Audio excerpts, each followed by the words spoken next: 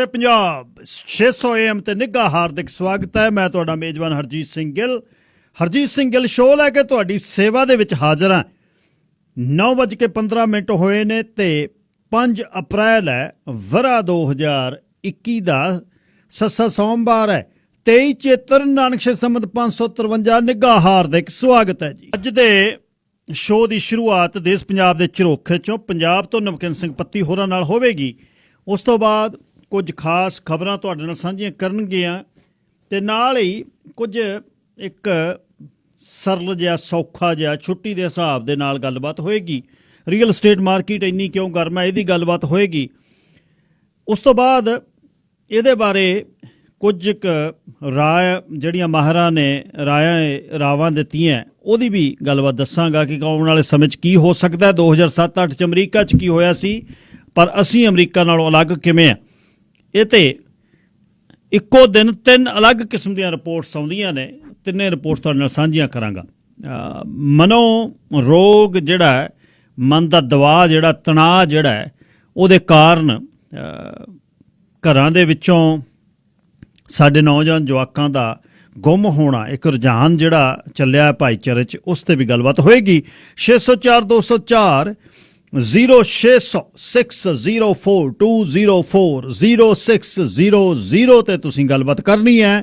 ਸਿੱਤੇ 0 ਅਰਬਾ ਤਨੀਨ 0 ਅਰਬਾ 0 ਸਿੱਤੇ 0 ਬੁਖਾਰ ਇਹ ਕਹਿਣਾ ਸੀ, ਕਿਹੜਾ ਪਤਾ ਲੱਗਦਾ ਫਿਰ ਕਿਹੜਾ ਬੁਖਾਰ ਚੜਿਆ। ਮਨ ਦੇ ਵਿੱਚ ਵਹਿਮ ਹੁੰਦਾ ਕਿ ਤੁਹਾਡੇ ਕੀਤੇ ਦਾ ਕੋਈ ਗੁਣਾ ਨਹੀਂ ਪਾਉਂਦਾ। ਨਹੀਂ, ਲੋਕ ਸਦਾ ਹੀ ਯਾਦ ਕਰਦੇ ਨੇ ਪਰ ਚੰਗਾ ਕੀਤਾ ਜਾਵੇ।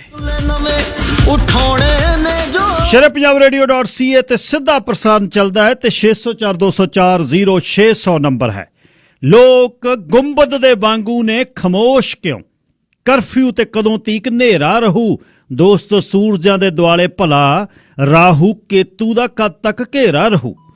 ਹੱਥ ਦੁਆਵਾਂ 'ਚ ਉੱਠੇ ਹੀ ਪਥਰਾ ਗਏ, ਨਾ ਖੁਦਾ ਬੌੜਿਆ ਨਾ ਸ਼ਫਾਹੀ ਮਿਲੀ। ਹੋਰ ਕਿੰਨਾ ਕੁ ਚਿਰ ਸਰਦਲਾਂ ਤੇ ਭਲਾ ਸਿਰ ਬਿਹੂਣੇ ਧੜਾਂ ਦਾ ਵਸੇਰਾ ਰਹੂ? ਤੈਨੂੰ ਗੀਤਾਂ ਦੇ ਬੋਲਾਂ ਤੋਂ ਨਫ਼ਰਤ ਵੜੀ, ਹਿਣਕ ਦੇ ਰਣ 'ਚ ਘੋੜੇ ਬਹੁਤ ਭਾ ਰਹੇ। ਬੰਸਰੀ ਦੀ ਸੁਰ ਜਾਂ ਤਾਂ ਜਿੰਦਾ ਰਹੂ ਜਾਂ ਇਹ ਤਲਵਾਰ ਦਾ ਰਾਜ ਤੇਰਾ ਰਹੂ। ਕਤਲਗਾਹਾਂ ਦੇ ਨਗਰਾਂ ਦੀ ਹਰ ਕੰਧ ਤੇ ਰੱਖ ਦਿਆਂਗੇ ਸਿਰਾਂ ਦੇ ਦੀਏ ਬਾਲ ਕੇ। ਫੈਸਲਾ ਹੈ ਕਿ ਹੁਣ ਰੋਸ਼ਨੀ ਗਾਏਗੀ ਜਾਂ ਘਰਾਂ ਵਿੱਚ ਹਮੇਸ਼ਾ ਹਨੇਰਾ ਰਹੂ। ਤੇਰੀ ਖਾਤਰ ਜੋ ਤੁਰਿਆ ਹੈ ਤਲਵਾਰ ਤੇ, ਹੈ ਵੀ ਹੈ ਤੈਨੂੰ ਵੀ ਹੈ ਗਿਲਾ ਆਪਣੇ ਜਗਤਾਰ ਤੇ। ਐ ਹਯਾਤੀ ਤੂੰ ਸਮਝਣ ਦੀ ਕੋਸ਼ਿਸ਼ ਤਾਂ ਕਰ, ਤੇਰਾ ਜਗਤਾਰ ਤੇਰਾ ਹੈ ਤੇਰਾ ਰਹੂ। ਤੇਰਾ ਜਗਤਾਰ ਤੇਰਾ ਹੈ ਤੇਰਾ ਰਹੂ। ਡਾਕਟਰ ਜਗਤਾਰ ਲਿਖਦੇ ਨੇ ਜਰਵਾਣੇ ਪਰ ਸ਼ਹੀਦਾਂ ਦੇ ਨਾਂ ਤੇ ਅਰਦਾਸਾਂ ਹੁੰਦੀਆਂ। ਇਦਾਂ ਦੀਆਂ ਚਿਤਾਵਾਂ ਚੋਂ ਚਾਹੇ ਸੁਆਹ ਉੱਡ ਗਈ ਪਰ ਜਰਵਾਣੇ ਦੀ ਫੋਟੋ ਕੰਧ ਤੇ ਲੱਗੀ ਵੀ ਘਰਦਿਆਂ ਨੂੰ ਕਹਿੰਦੀ ਹੈ ਨਾ ਨਾ ਨਾ ਨਾ ਵੇਖਿਓ, ਛੇੜਿਓ ਨਾ। ਯਾਦ ਕਰਨ ਦੇ ਲੋਕੀ ਆਪਣੇ ਪੱਤੇ ਲਿਖਦੇ ਯਾਦ ਕਰਨ ਦੇ ਲੋਕੀ। ਧੰਨਵਾਦ ਸਾਰਿਆਂ ਦਾ ਜਿੱਥੇ ਵੀ ਬੈਠੇ ਹੋ ਪ੍ਰੋਗਰਾਮ ਦੇ ਵਿੱਚ, ਸਾਰਿਆਂ ਦਾ ਨਿੱਘਾ ਹਾਰਦਿਕ ਸਵਾਗਤ ਹੈ।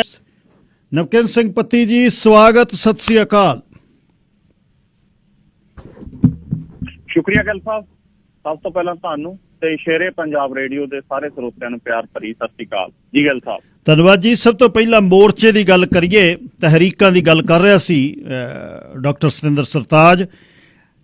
ਕਿਸਾਨ ਮੋਰਚੇ ਦੇ ਸੰਬੰਧ ਦੇ ਵਿੱਚ ਅਬੋਹਰ ਵਾਲੀ ਵੱਡੀ ਰੈਲੀ ਹੋਈ ਹੈ ਤੇ ਕਿਸਾਨ ਮੋਰਚੇ ਦੇ ਸੱਦੇ ਤੇ ਦੇਸ਼ ਭਰ ਦੇ ਕਿਸਾਨਾਂ ਨੇ FCI ਦੇ ਦਫ਼ਤਰਾਂ ਅੱਗੇ ਵੀ ਧਰਨੇ ਦਿੱਤੇ ਨੇ। ਉੱਧਰੋਂ ਵੱਡੀ ਗੱਲ ਜਿਹੜੀ ਲੱਖੇ ਸਿਧਾਣੇ ਦੀ ਸੁਰ ਹੋਈ ਹੈ, ਡਾਕਟਰ ਦਰਸ਼ਨਪਾਲ ਵਰਗਿਆਂ ਨੇ ਮਿਹਨਤ ਕੀਤੀ ਹੈ। ਤੇ ਕੀ ਚੱਲ ਰਿਹਾ ਜੀ 3-4 ਦਿਨਾਂ ਦੇ ਵਿੱਚ ਕੀ ਹੋਇਆ? ਜੀ ਗਿੱਲ ਸਾਹਿਬ, ਦੇਖੋ ਸੰਯੁਕਤ ਕਿਸਾਨ ਮੋਰਚਾ ਬੜੀ ਹੀ ਲਗਨ ਮਿਹਨਤ ਏਕੇ ਦੇ ਨਾਲ ਅੱਗੇ ਵਧ ਰਿਹਾ ਸੀ। ਪਿਛਲੇ ਲੰਬੇ ਸਮੇਂ ਤੋਂ ਚਰਚਾ ਚੱਲ ਰਹੀ ਸੀ, ਖਾਸ ਕਰਕੇ 26 ਜਨਵਰੀ ਦੀਆਂ ਘਟਨਾਵਾਂ ਤੋਂ ਬਾਅਦ ਕਿ ਸੰਯੁਕਤ ਕਿਸਾਨ ਮੋਰਚੇ ਦੇ ਵਿੱਚ ਜਿਹੜੇ ਕੁਝ ਫੈਸਲੇ ਜਿਹੇ ਪਿਛਲੇ ਸਮੇਂ ਦੇ ਵਿੱਚ ਲਏ ਗਏ ਜਿਹਦੇ ਨਾਲ ਨੌਜਵਾਨਾਂ ਦਾ ਇੱਕ ਹਿੱਸਾ ਗਾ ਜਿਹੜਾ ਉਹ ਮੋਰਚੇ ਦੀ ਬੁੱਕਲ ਚੋਂ ਬਾਹਰ ਗਿਆ, ਉਸ ਨੂੰ ਦੁਬਾਰੇ ਲਿਆਂਦਾ ਜਾਵੇ। ਲਗਾਤਾਰ ਮੀਟਿੰਗਾਂ ਦਾ ਦੌਰ ਚੱਲਿਆ। ਡਾਕਟਰ ਦਰਸ਼ਨਪਾਲ, ਜਗਜੀਤ ਸਿੰਘ ਡੱਲੇਵਾਲ ਤੇ ਤੀਸਰੇ ਬਲਦੇਵ ਸਿੰਘ ਸਿਰਸਾ 3 ਮੈਂਬਰੀ ਕਮੇਟੀ ਗਿੱਲ ਸਾਹਿਬ ਬਣੀ ਔਰ 3 ਮੈਂਬਰੀ ਕਮੇਟੀ ਨੇ ਫੈਸਲਾ ਲੱਖੇ ਸਿਧਾਣੇ ਦੇ ਪੱਖ 'ਚ ਕੀਤਾ ਔਰ ਉਹਨਾਂ ਨੇ ਕਿਹਾ ਕਿ ਲੱਖਾ ਸਿਧਾਣਾ ਸਾਡੀ ਬੁੱਕਲ 'ਚ ਆਊਗਾ, ਪਹਿਲਾਂ ਦੀ ਤਰ੍ਹਾਂ ਸਟੇਜ ਤੋਂ ਆ ਕੇ ਬੋਲ ਸਕਦਾ। ਇਹ ਸਾਡੀ 3 ਮੈਂਬਰੀ ਕਮੇਟੀ ਦਾ ਫੈਸਲਾ, ਸੰਯੁਕਤ ਕਿਸਾਨ ਮੋਰਚੇ ਦੀ ਸਹਿਮਤੀ ਦੇ ਨਾਲ ਇਹ ਫੈਸਲਾ ਗਾ ਜਿਹੜਾ ਉਹ ਲਿਆ ਗਿਆ ਗਾ। ਉਸ ਤੋਂ ਬਾਅਦ ਫਿਰ ਵੀ ਕੁਝ ਜਥੇਬੰਦੀਆਂ, ਕੁਝ ਆਗੂਆਂ ਦੇ ਇਤਰਾਜ਼ ਨੇ ਜਿਹੜੇ ਉਹ ਸਾਹਮਣੇ ਆਏ ਨੇ, ਲੇਕਿਨ ਫਿਰ ਵੀ ਇਸ ਮਸਲੇ ਨੂੰ ਹੱਲ ਕਰਕੇ ਅੱਗੇ ਵਧਿਆ ਜਾ ਰਿਹਾ। ਡਾਕਟਰ ਦਰਸ਼ਨਪਾਲ ਹੋਰਾਂ ਨਾਲ ਮੇਰੀ ਗੱਲ ਹੋਈ ਸੀ, ਉਹਨਾਂ ਨੇ ਦੱਸਿਆ ਵੀ ਮੈਂ ਕਿਹਾ ਵੀ ਯੋਗਦਾਨ ਕਿਹਦਾ ਹੈ ਪੂਰੇ ਮਸਲੇ ਨੂੰ ਹੱਲ ਕਰਨ ਦੇ ਲਈ, ਤਾਂ ਉਹਨਾਂ ਨੇ ਦੱਸਿਆ ਕਿ ਬਾਪੂ ਹਰਦੀਪ ਸਿੰਘ ਡਿਬਡਬਾ, ਇਸ ਤੋਂ ਇਲਾਵਾ ਕੁਝ ਸਿੱਖ ਚਿੰਤਕ ਨੇ ਜਿਹੜੇ ਉਹਨਾਂ ਦਾ ਯੋਗਦਾਨ ਇਸ ਮਸਲੇ ਨੂੰ ਹੱਲ ਕਰਨ ਦੇ ਵਿੱਚ ਵੱਡਾ ਗਾ। ਔਰ ਉਹਨਾਂ ਨੇ ਇੱਕ ਗੱਲ ਸਾਹਿਬ ਜਿਹੜੀ ਕਮਾਲ ਦੀ ਗੱਲ ਕੀਤੀ ਕਿ ਇਸ ਸੰਘਰਸ਼ ਨੂੰ ਅੰਤਰਰਾਸ਼ਟਰੀ ਪੱਧਰ ਤੱਕ ਲਿਜਾਣ ਦੇ ਵਿੱਚ ਸਭ ਤੋਂ ਵੱਡਾ ਰੋਲ ਤੇ ਅਹਿਮ ਯੋਗਦਾਨ ਆ ਜਿਹੜਾ ਉਹ ਪੰਜਾਬ, ਪੰਜਾਬੀ ਤੇ ਸਿੱਖਾਂ ਦਾ। ਔਰ ਉਹਨਾਂ ਨੇ ਕਿਹਾ ਕਿ ਸਿੱਖ, ਪੰਜਾਬੀ ਇਸ ਮੋਰਚੇ ਦੀ ਰੀੜ੍ਹ ਦੀ ਹੱਡੀ ਨੇ। ਤਾਂ ਇਹ ਮਤਲਬ ਸੰਘਰਸ਼ ਹੈਗਾ ਜਿਹੜਾ ਉਹ ਲਗਾਤਾਰ ਅੱਗੇ ਵੱਧ ਰਿਹਾ ਹੈ। ਅਬੋਹਰ ਦੇ ਵਿੱਚ ਬਹੁਤ ਵੱਡੀ ਕਿਸਾਨ ਰੈਲੀ ਹੋਈ ਹੈ, ਬਲਵੀਰ ਸਿੰਘ ਰਾਜੇਵਾਲ, ਰੋਲਦੂ ਸਿੰਘ ਮਾਨਸਾ ਸਮੇਤ ਵੱਡੀ ਗਿਣਤੀ ਦੇ ਵਿੱਚ ਕਿਸਾਨ ਆਗੂਆਂ ਨੇ ਸੰਬੋਧਨ ਕੀਤਾ। ਉਧਰ ਕਿਸਾਨਾਂ ਤੇ ਲਾਠੀਚਾਰਜ ਖਿਲਾਫ ਰੋਹਤਕ ਦੇ ਵਿੱਚ ਇੱਕ ਪੰਚਾਇਤ ਹੋਈ ਹੈ।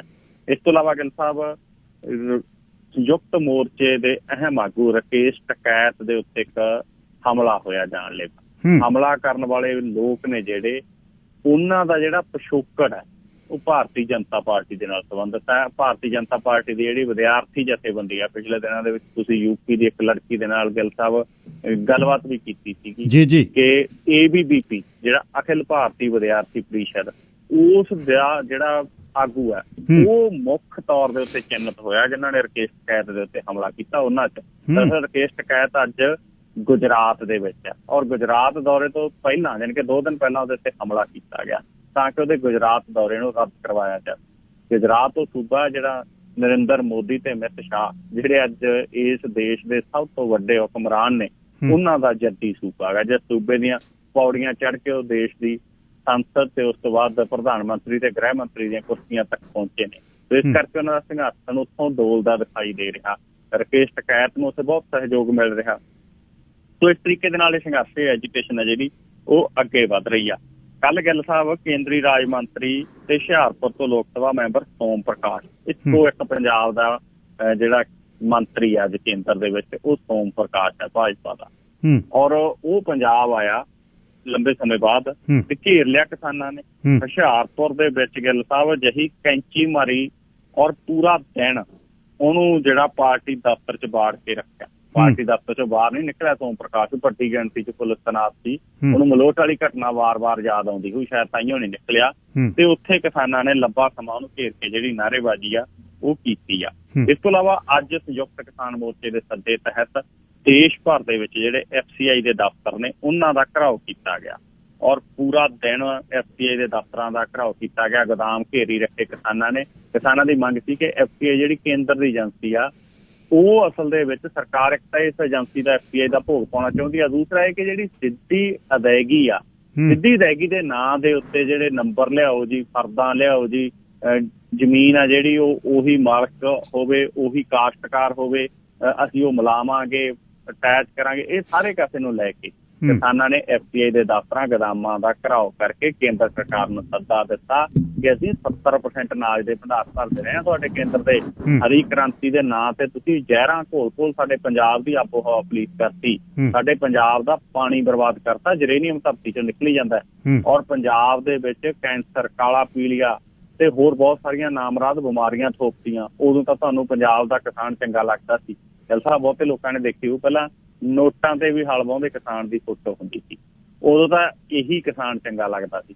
ਹੁਣ ਜਦੋਂ ਇਹਨਾਂ ਕੋਲੇ ਅਨਾਜ ਹੈਗਾ ਜਿਹੜਾ ਉਹ ਬਾਹਰਲੇ ਸੂਬੇ ਕਹਿੰਦੇ ਨੇ 700 ਲੈ ਲਓ, ਬਾਹਰਲੇ ਦੇਸ਼ ਕਹਿੰਦੇ ਨੇ 700 ਲੈ ਲਓ, ਤਾਂ ਉਹੀ ਕਿਸਾਨ ਇਹਨਾਂ ਨੂੰ ਮਤਲਬ ਜਿਹੜਾ ਉਹ ਬੁਰਾ ਲੱਗਣ ਲੱਗ ਗਿਆ, ਜਿਸ ਕਰਕੇ ਉਹਨੇ ਅਜਿਹੀਆਂ ਨੀਤੀਆਂ ਲਿਆ ਰਿਹਾ। ਇਸ ਕਰਕੇ FCI ਦਾ ਜਿਹੜਾ ਅੱਜ ਦਫ਼ਤਰਾਂ ਦਾ, ਗੋਦਾਮਾਂ ਦਾ ਘਿਰਾਓ ਕੀਤਾ ਗਿਆ ਔਰ ਦੇਸ਼ ਭਰ ਦੇ ਵਿੱਚੋਂ ਕਿਸਾਨ ਇਕਜੁੱਟਤਾ ਦੇ ਨਾਲ ਅੱਗੇ ਵੱਧ ਰਹੇ ਨੇ। ਮੈਂ ਦੇਖ ਰਿਹਾ ਸੀ ਅੱਜ ਹਾੜੀ ਦਾ ਸੀਜ਼ਨ ਸ਼ੁਰੂ ਹੋ ਚੁੱਕਿਆ। ਜਿਹਨੇ ਹੱਥੀਂ ਵਾਢੀ ਕਰਨੀ ਹੈ ਉਹ ਤਾਂ ਸ਼ੁਰੂ ਹੋ ਗਈ, ਭਾਵੇਂ ਹੱਥੀਂ ਵਾਢੀ ਨਾ ਮਾਤਰ ਹੁੰਦੀ ਹੈ। ਕੰਬਾਈਨਾਂ ਵੀ ਕਾਫੀ ਗਿਣਤੀ ਦੇ ਵਿੱਚ ਜਿਹੜੀਆਂ ਨੇ ਉਹ ਤਿਆਰ ਬਰ ਤਿਆਰ ਨੇ, ਪਰ ਫਿਰ ਵੀ ਠਾਠਾਂ ਮਾਰਦੇ ਇਕੱਠ ਧਰਨਿਆਂ 'ਚ, ਠਾਠਾਂ ਮਾਰਦੇ ਇਕੱਠ ਦਿੱਲੀ ਨੂੰ ਜਾ ਰਹੇ ਨੇ ਜੀ। ਅੱਛਾ, ਲੋਕ ਜਿਹੜੇ ਬਾਹਰ ਅਸੀਂ ਬੈਠੇ ਆ ਨਾ, ਪੰਜਾਬ ਵਾਲਿਆਂ ਦਾ ਵੀ ਮੋਹ ਜਿਹਾ ਭੰਗ ਹੋ ਗਿਆ ਨਵਜੋਤ ਸਿੱਧੂ ਤੋਂ। ਤਾੜੀਆਂ ਮਾਰੋ ਜੀ, ਡੰਕੇ ਦੀ ਚੋਟ, ਮੈਂ ਜੇ ਕਰੂੰ ਤੇ ਮੁੱਕੀਆਂ ਮਾਰੀਆਂ ਜਾਣੀਆਂ, ਮੇਜ਼ਾਂ ਤੇ ਬੈਠੇ, ਗੱਲ ਨਾ ਕੋਈ ਕਹਾਣੀ। ਉਧਰੋਂ ਜੋਗਰਾਜ ਸਿੰਘ ਉਹਨਾਂ ਦੀ ਗੱਲਾਂ ਕਰੀ ਜਾਂਦਾ, ਆਉਣ ਵਾਲੇ ਦਿਨਾਂ 'ਚ ਦੱਸਣਗੇ, ਕਰਨਗੇ, ਇਹ ਹੋਏਗਾ। ਤੇ ਪ੍ਰਗਟ ਸਿੰਘ ਹੋਣੀ ਕੁਛ ਨਹੀਂ ਬੋਲਦੇ। ਪਟਿਆਲੇ 'ਚ ਜਾ ਕੇ ਜਿਹੜੀ ਕੀਤੀ ਹੈ ਇੱਕ ਪ੍ਰੈਸ ਕਾਨਫਰੰਸ, ਬਹੁਤ ਵੱਡਾ ਧਮਾਕਾ ਹੋਏਗਾ। ਕਈ ਤਾਂ ਚੈਨਲਾਂ ਵਾਲੇ ਵੀ ਨਾ ਧੱਕੇ ਨਾਲ YouTube ਤੇ ਆਪਣੇ ਆਪ ਨੂੰ ਦਿਖਾਉਣਾ ਕੋਸ਼ਿਸ਼ ਕਰਦੇ ਆ, ਧਮਾਕਾ ਹੋ ਗਿਆ, ਇਹ ਹੋ ਗਿਆ, ਹੁੰਦਾ ਕੁਛ ਨਹੀਂ ਉਹਦੇ 'ਚ। ਇਹ ਕੀ ਚੱਕਰ ਕੀ ਹੈ, ਕਰਦਾ ਕੀ ਫਿਰਦਾ ਇਹ ਬੰਦਾ? ਕਿਸੇ ਪਾਸੇ ਆਊ ਸੂਤ ਕਿ ਐਂ ਹੀ ਤੁਰਦਾ ਫਿਰੂਗਾ, ਫੋਕੇ ਫੈਰ ਹੀ ਚਲਾਊ? ਗਿੱਲ ਸਾਹਿਬ, ਗੱਲ ਤਾਂ ਇਹ ਹੁੰਦੀ ਹੈ, ਜਦੋਂ ਵਿਆਹ ਚੱਲਦਾ ਹੁੰਦਾ ਨਾ, ਵਿਆਹ 'ਚ ਚੰਗਾ ਫੁੱਫੜ ਰੁੱਸ ਜਾਂਦਾ, ਉਹ ਵਿਆਹ 'ਚੋਂ ਬਾਹਰ ਚਲਿਆ ਜਾਂਦਾ। ਉਹਦਾ ਮਤਲਬ ਵਿਆਹ ਨੂੰ ਖਰਾਬ ਕਰਨਾ ਨਹੀਂ ਹੁੰਦਾ, ਉਹਦਾ ਮਤਲਬ ਮੁੱਲ ਪਵਾਉਣਾ ਹੁੰਦਾ। ਵੀ 4 ਬੰਦੇ ਆਉਣ, ਆ ਕੇ ਕਹਿਣ ਵੀ ਫੁੱਫੜਾ ਆ ਜਾ ਮੁੜਿਆ, ਤੇ ਮਾੜਾ ਜਿਹਾ ਕਹਿਣ ਦੀ ਦੇਰ ਹੁੰਦੀ, ਉਹਦੀ ਭੱਜਿਆ ਕਹਿੰਦਾ ਜੁੱਤੀ ਪਾ ਲਾਂਗੇ। ਇਹ ਹਾਲਤ ਆ ਜਿਹੜੀ ਨਵਜੋਤ ਸਿੱਧੂ ਦੀ ਮੈਨੂੰ ਨਜ਼ਰ ਆ ਰਹੀ ਆ। ਨਵਜੋਤ ਸਿੱਧੂ ਕਾਂਗਰਸ ਦੇ ਆਸੇ ਪਾਸੇ ਤੁਰਿਆ ਫਿਰਦਾ। ਦੂਜੀ ਪ੍ਰੈਸ ਕਾਨਫਰੰਸ ਕਰਕੇ ਆਇਆ ਪਟਿਆਲੇ, ਅੰਮ੍ਰਿਤਸਰ ਸਾਹਿਬ ਛੱਡ ਕੇ, ਉਹ ਪਵਿੱਤਰ ਧਰਤੀ ਛੱਡ ਕੇ, ਜਿੱਥੋਂ ਇਹ ਕਹਿੰਦਾ ਹੁੰਦਾ ਸੀ, ਵੱਡੇ ਵੱਡੇ ਵਾਅਦੇ ਕਰਦਾ ਸੀ, ਜਿਸ ਧਰਤੀ ਨੇ ਮਤਲਬ ਇਹਨੂੰ ਮੈਂਬਰ ਪਾਰਲੀਮੈਂਟ ਔਰ ਸਿਆਸਤ ਦੇ ਵਿੱਚ ਪਹਿਲਾਂ ਭਾਜਪਾ ਤੇ ਉਸ ਤੋਂ ਬਾਅਦ ਕਾਂਗਰਸ ਦੇ ਵਿੱਚ ਉੱਚੇ ਅਹੁਦਿਆਂ ਤੱਕ ਲੈ ਕੇ ਗਿਆ, ਉਹ ਛੱਡ ਕੇ ਹੁਣ ਪਟਿਆਲੇ ਪ੍ਰੈਸ ਕਾਨਫਰੰਸਾਂ ਕਰਦਾ। ਮੈਨੂੰ ਤਾਂ ਐਂ ਲੱਗਦਾ ਵੀ ਜਿਵੇਂ ਗਰਾਊਂਡ ਦੇ ਵਿੱਚ ਵਾਰਮ ਅਪ ਹੁੰਦੇ ਨੇ ਨਾ, ਗਿੱਲ ਸਾਹਿਬ ਉਸ ਤਰੀਕੇ ਦੇ ਗੇੜੇ ਦਿੰਦਾ ਕੈਪਟਨ ਅਮਰਿੰਦਰ ਸਿੰਘ ਦੇ ਆਲੇ ਦੁਆਲੇ।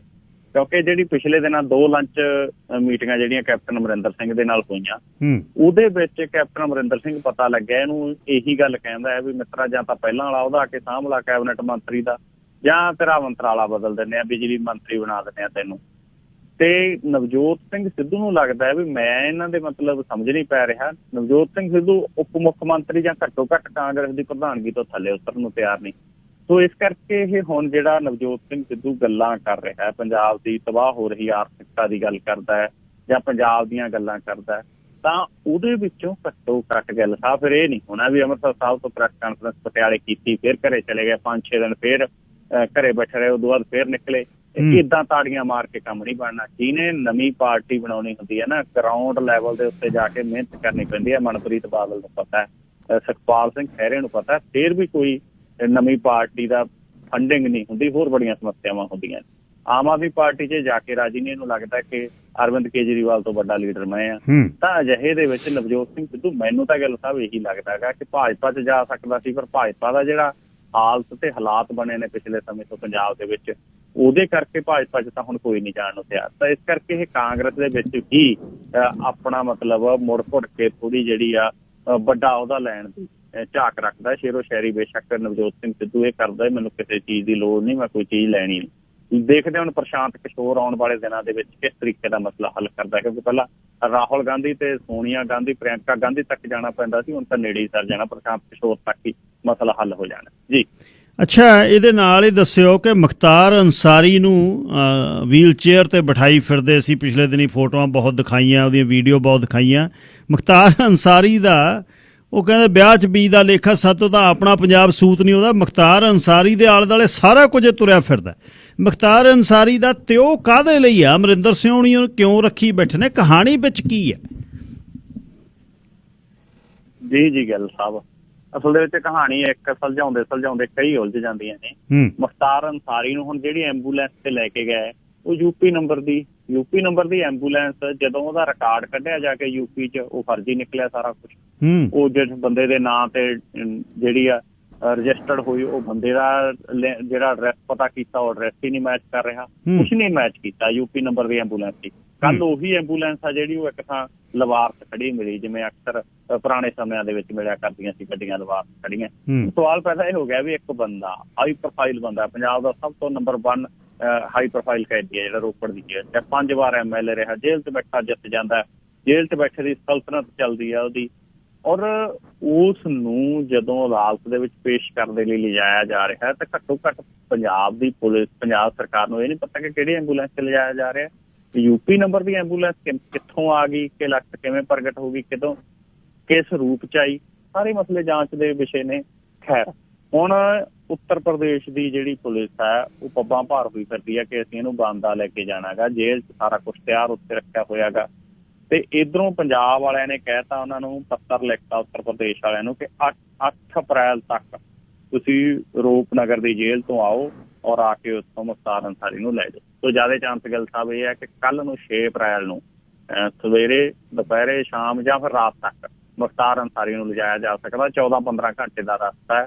ਸਭ ਦੀਆਂ ਨਜ਼ਰਾਂ ਇਸੇ ਗੱਲ ਦੇ ਉੱਤੇ ਲੱਗੀਆਂ ਹੋਈਆਂ ਕਿ ਕਿਤੇ ਰਸਤੇ ਦੇ ਵਿੱਚ ਕੋਈ ਅਜਿਹੀ ਘਟਨਾ ਨਾ ਵਾਪਰ ਜੇ ਜਿਹੋ ਜੀ ਪਹਿਲਾਂ ਵਾਪਰ ਕੇ ਹਟੀ ਆ। ਉੱਤਰ ਪ੍ਰਦੇਸ਼ ਕੀ ਚੱਲ ਰਿਹਾ ਜੋ ਵੀ ਰਾਜ ਦੇ ਵਿੱਚ, ਖਾਸ ਕਰਕੇ ਵਿਰੋਧੀਆਂ ਨੂੰ ਕਿਵੇਂ ਨਜਿੱਠਿਆ ਜਾ ਰਿਹਾ ਸਭ ਨੂੰ ਪਤਾ ਹੈ, ਔਰ ਕਿਸ ਤਰੀਕੇ ਦੇ ਨਾਲ ਗੈਂਗਸਟਰ ਜਿਹੜੇ ਨੇ ਉਹ ਝੂਠੇ ਪੁਲਿਸ ਮੁਕਾਬਲਿਆਂ ਦੇ ਵਿੱਚ ਉੱਥੇ ਮਾਰੇ ਗਏ ਸਭ ਨੂੰ ਪਤਾ ਹੈ। ਸੋ ਮੁਖਤਾਰ ਅੰਸਾਰੀ 2022 ਦੀ ਜਿਹੜੀ ਇਲੈਕਸ਼ਨ ਹੋਣੀ ਹੈ ਉੱਤਰ ਪ੍ਰਦੇਸ਼ ਦੀ, ਉਹ 'ਚ ਵੱਡੀ ਸਿਰਦਰਦੀ ਬਣੂ ਭਾਜਪਾ ਦੀ। ਭਾਜਪਾ ਦੇ ਵਿੱਚ ਅੱਜ ਉੱਤਰ ਪ੍ਰਦੇਸ਼ ਦੇ ਵਿੱਚ ਜੇ ਕੋਈ ਸਾਹਮਣੇ ਖੜ ਕੇ ਅੱਖਾਂ ਪਾ ਕੇ ਝਾਕ ਸਕਦਾ ਤਾਂ ਉਹ ਜਿਹੜੇ 5-4 ਵਿਅਕਤੀ ਨੇ ਉਹਨਾਂ 'ਚ ਮੁਖਤਾਰ ਅੰਸਾਰੀ ਇੱਕ ਹੈ। ਕੱਲੀ ਇੱਕੋ ਸੀਟ ਦੇ ਉੱਤੇ ਨਹੀਂ, ਇਹ ਬਹੁਤ ਸਾਰੀਆਂ ਸੀਟਾਂ ਦੇ ਉੱਤੇ ਬੀਜੇਪੀ ਨੂੰ ਪ੍ਰਭਾਵਿਤ ਕਰ ਸਕਦਾ। ਇਸ ਕਰਕੇ ਬੀਜੇਪੀ ਇਸ ਮਸਲੇ ਨੂੰ ਨਜਿੱਠਣਾ ਚਾਹੁੰਦੀ ਹੈ। ਸੋ ਦੇਖਦੇ ਆਉਣ ਵਾਲੇ ਦਿਨਾਂ ਦੇ ਵਿੱਚ ਕਿਸ ਤਰੀਕੇ ਦੇ ਨਾਲ ਬੀਜੇਪੀ ਮੁਖਤਾਰ ਅੰਸਾਰੀ ਨੂੰ ਪੰਜਾਬ ਤੋਂ ਉੱਤਰ ਪ੍ਰਦੇਸ਼ ਸ਼ਿਫਟ ਕਰਦੀ ਹੈ, ਕਿਸ ਤਰੀਕੇ ਦਾ ਇਹ ਮਸਲਾ ਹੋ ਨਿਬੜਦਾ ਜੀ। ਸਾਡੇ ਹੀ ਨਹੀਂ ਪਤਾ ਹਲੇ, ਸੁੱਖਾ ਕਾਲੂਆਂ ਦਾ ਸ਼ਰੇਆਮ ਹੈ। ਸਾਡੇ ਤੰਦੂਰੀ ਢਿੱਡੀਏ ਜਾਨੂੰ ਬੈਲਟਾਂ ਉੱਪਰ ਨੂੰ ਖਿੱਚਦੇ ਨੇ, ਜਾਨੂੰ ਬੰਦੇ ਅਗਲੇ ਗੋਲੀਆਂ ਮਾਰ ਕੇ ਚਲੇ ਗਏ। ਇਸ ਦੇ ਨਾਲ ਹੀ ਮੈਨੂੰ ਇਉਂ ਦੱਸਿਓ ਕਿ ਮਨਜਿੰਦਰ ਸਿੰਘ ਸਿਰਸਾ ਹੁਣਾਂ ਦੀ ਇੱਕ ਚਿੱਠੀ ਪ੍ਰਧਾਨ ਮੰਤਰੀ ਨੂੰ ਲਿਖੀ ਕਿ ਤੁਸੀਂ ਸਾਡੇ ਧਰਮ ਦੇ ਵਿੱਚ, ਸਿੱਖ ਧਰਮ ਦੇ ਵਿੱਚ ਬੁੱਤ ਪੂਜਾ ਹੈ ਨਹੀਂ ਤੇ ਤੁਸੀਂ ਗੁਰੂ ਤੇਗ ਬਹਾਦਰ ਸਾਹਿਬ ਦਾ ਬੁੱਤ ਲਾਉਣ ਨੂੰ ਫਿਰਦੇ ਹੋ, ਸਾਨੂੰ ਇਹ ਮਨਜ਼ੂਰ ਨਹੀਂ। ਇਹਦਾ ਕੀ ਰੇੜਕਾ ਜੀ? ਜੀ ਗਿੱਲ ਸਾਹਿਬ, ਦੇਖੋ ਇਹ ਚਰਚਾ ਚੱਲ ਰਹੀ ਹੈ ਬਹੁਤ ਵੱਡੇ ਪੱਧਰ ਦੇ ਉੱਤੇ ਕਿ ਸ਼੍ਰੀ ਗੁਰੂ ਤੇਗ ਬਹਾਦਰ ਜੀ ਦੇ 400 ਸਾਲਾ ਪ੍ਰਕਾਸ਼ ਪੁਰਬ ਨੂੰ ਸਮਰਪਿਤ ਦਿੱਲੀ ਦੇ ਵਿੱਚ ਕੇਂਦਰ ਸਰਕਾਰ ਸਮਾਗਮ ਕਰੂ, ਔਰ ਉਸ ਤੋਂ ਬਾਅਦ ਦਿੱਲੀ ਦੇ ਵਿੱਚ ਹੀ ਗੁਰਦੁਆਰਾ ਸੀਸਗੰਜ ਸਾਹਿਬ ਦੇ ਬਾਹਰ ਗੁਰੂ ਤੇਗ ਬਹਾਦਰ ਜੀ ਦੀ ਯਾਦ ਦੇ ਵਿੱਚ ਉਹਨਾਂ ਦਾ ਬੁੱਤ ਬਣਾਇਆ ਜਾ ਸਕਦਾ ਜਾਂ ਉਹਨਾਂ ਦੀ ਸਮਾਰਕ ਬਣਾਈ ਜਾ ਸਕਦੀ ਆ। ਕਿਉਂਕਿ ਕੇਂਦਰ ਸਰਕਾਰ ਇਸ ਮਸਲੇ ਦੇ ਵਿੱਚ ਅੱਜ ਜਦੋਂ ਕੇਂਦਰ ਸਰਕਾਰ ਦੇ ਕੋਲੋਂ ਦੇਖੋ ਇੱਕ ਮਿਨੋਰਟੀ ਤਾਂ ਜਿਹੜੀ ਉਹ ਲਗਾਤਾਰ ਪਾਸੇ ਗਈ, ਜਿਹੜੀ ਜੰਮੂ ਕਸ਼ਮੀਰ ਦੇ ਵਿੱਚ ਜਾਂ ਮੁਸਲਿਮ ਭਾਈਚਾਰਾ ਜਿਹੜਾ ਉਹ ਪਾਸੇ ਗਿਆ, ਔਰ ਹੁਣ RSS ਦੇ ਵੀ ਬਹੁਤ ਸਾਰੇ ਲੋਕ ਬੋਲ ਰਹੇ ਨੇ। ਦੁਨੀਆ ਭਰ ਦੇ ਵਿੱਚ ਇਹ ਗੱਲ ਚੱਲ ਰਹੀ ਹੈ ਕਿ ਹੁਣ ਜਿਹੜਾ ਸਿੱਖ ਭਾਈਚਾਰਾ ਉਹ ਵੀ ਪਾਸੇ ਜਾ ਰਿਹਾ। ਇਸ ਕਰਕੇ ਕੇਂਦਰ ਸਰਕਾਰ ਆ ਗਈ ਜਿਹੜੀ ਉਹ ਇਸ ਵਿਸ਼ੇ ਨੂੰ ਗਿੱਲ ਸਾਹਿਬ ਇਸ ਤਰੀਕੇ ਨਾਲ ਨਜਿੱਠਣਾ ਚਾਹੁੰਦੀ ਹੈ ਕਿ ਅਸੀਂ 400 ਸਾਲਾ ਪ੍ਰਕਾਸ਼ ਪੁਰਬ ਦੇ ਮੌਕੇ ਦੇ ਉੱਤੇ ਬੁੱਤ ਸਥਾਪਿਤ ਕਰੀਏ। ਲੇਕਿਨ ਜਿਹੜੀ ਬੁੱਤ ਪੂਜਾ ਸਿੱਖ ਧਰਮ ਦੇ ਵਿੱਚ ਨਹੀਂ ਹੈ ਉਸ ਰੂਪ ਦੇ ਵਿੱਚ, ਔਰ ਸਿੱਖ ਧਰਮ ਤਾਂ ਇਸ ਚੀਜ਼ ਦਾ ਜਿਹੜਾ ਵਿਰੋਧ ਕਰਦਾ ਆ ਰਿਹਾ।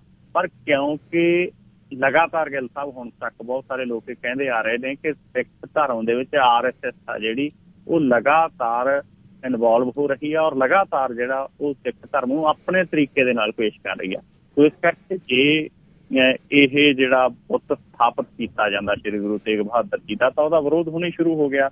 ਦਿੱਲੀ ਸਿੱਖ ਗੁਰਦੁਆਰਾ ਕਮੇਟੀ ਦੇ ਪ੍ਰਧਾਨ ਮਨਜਿੰਦਰ ਸਿੰਘ ਸਿਰਸਾ ਹੋਰਾਂ ਨੇ ਮੰਤਰੀ ਤੇ ਕੇਂਦਰੀ ਮੰਤਰੀ ਨੂੰ ਰੋਸ ਪੱਤਰ ਭੇਜਿਆ। SGPC ਨੇ ਵੀ ਰੋਸ ਪ੍ਰਗਟ ਕੀਤਾ।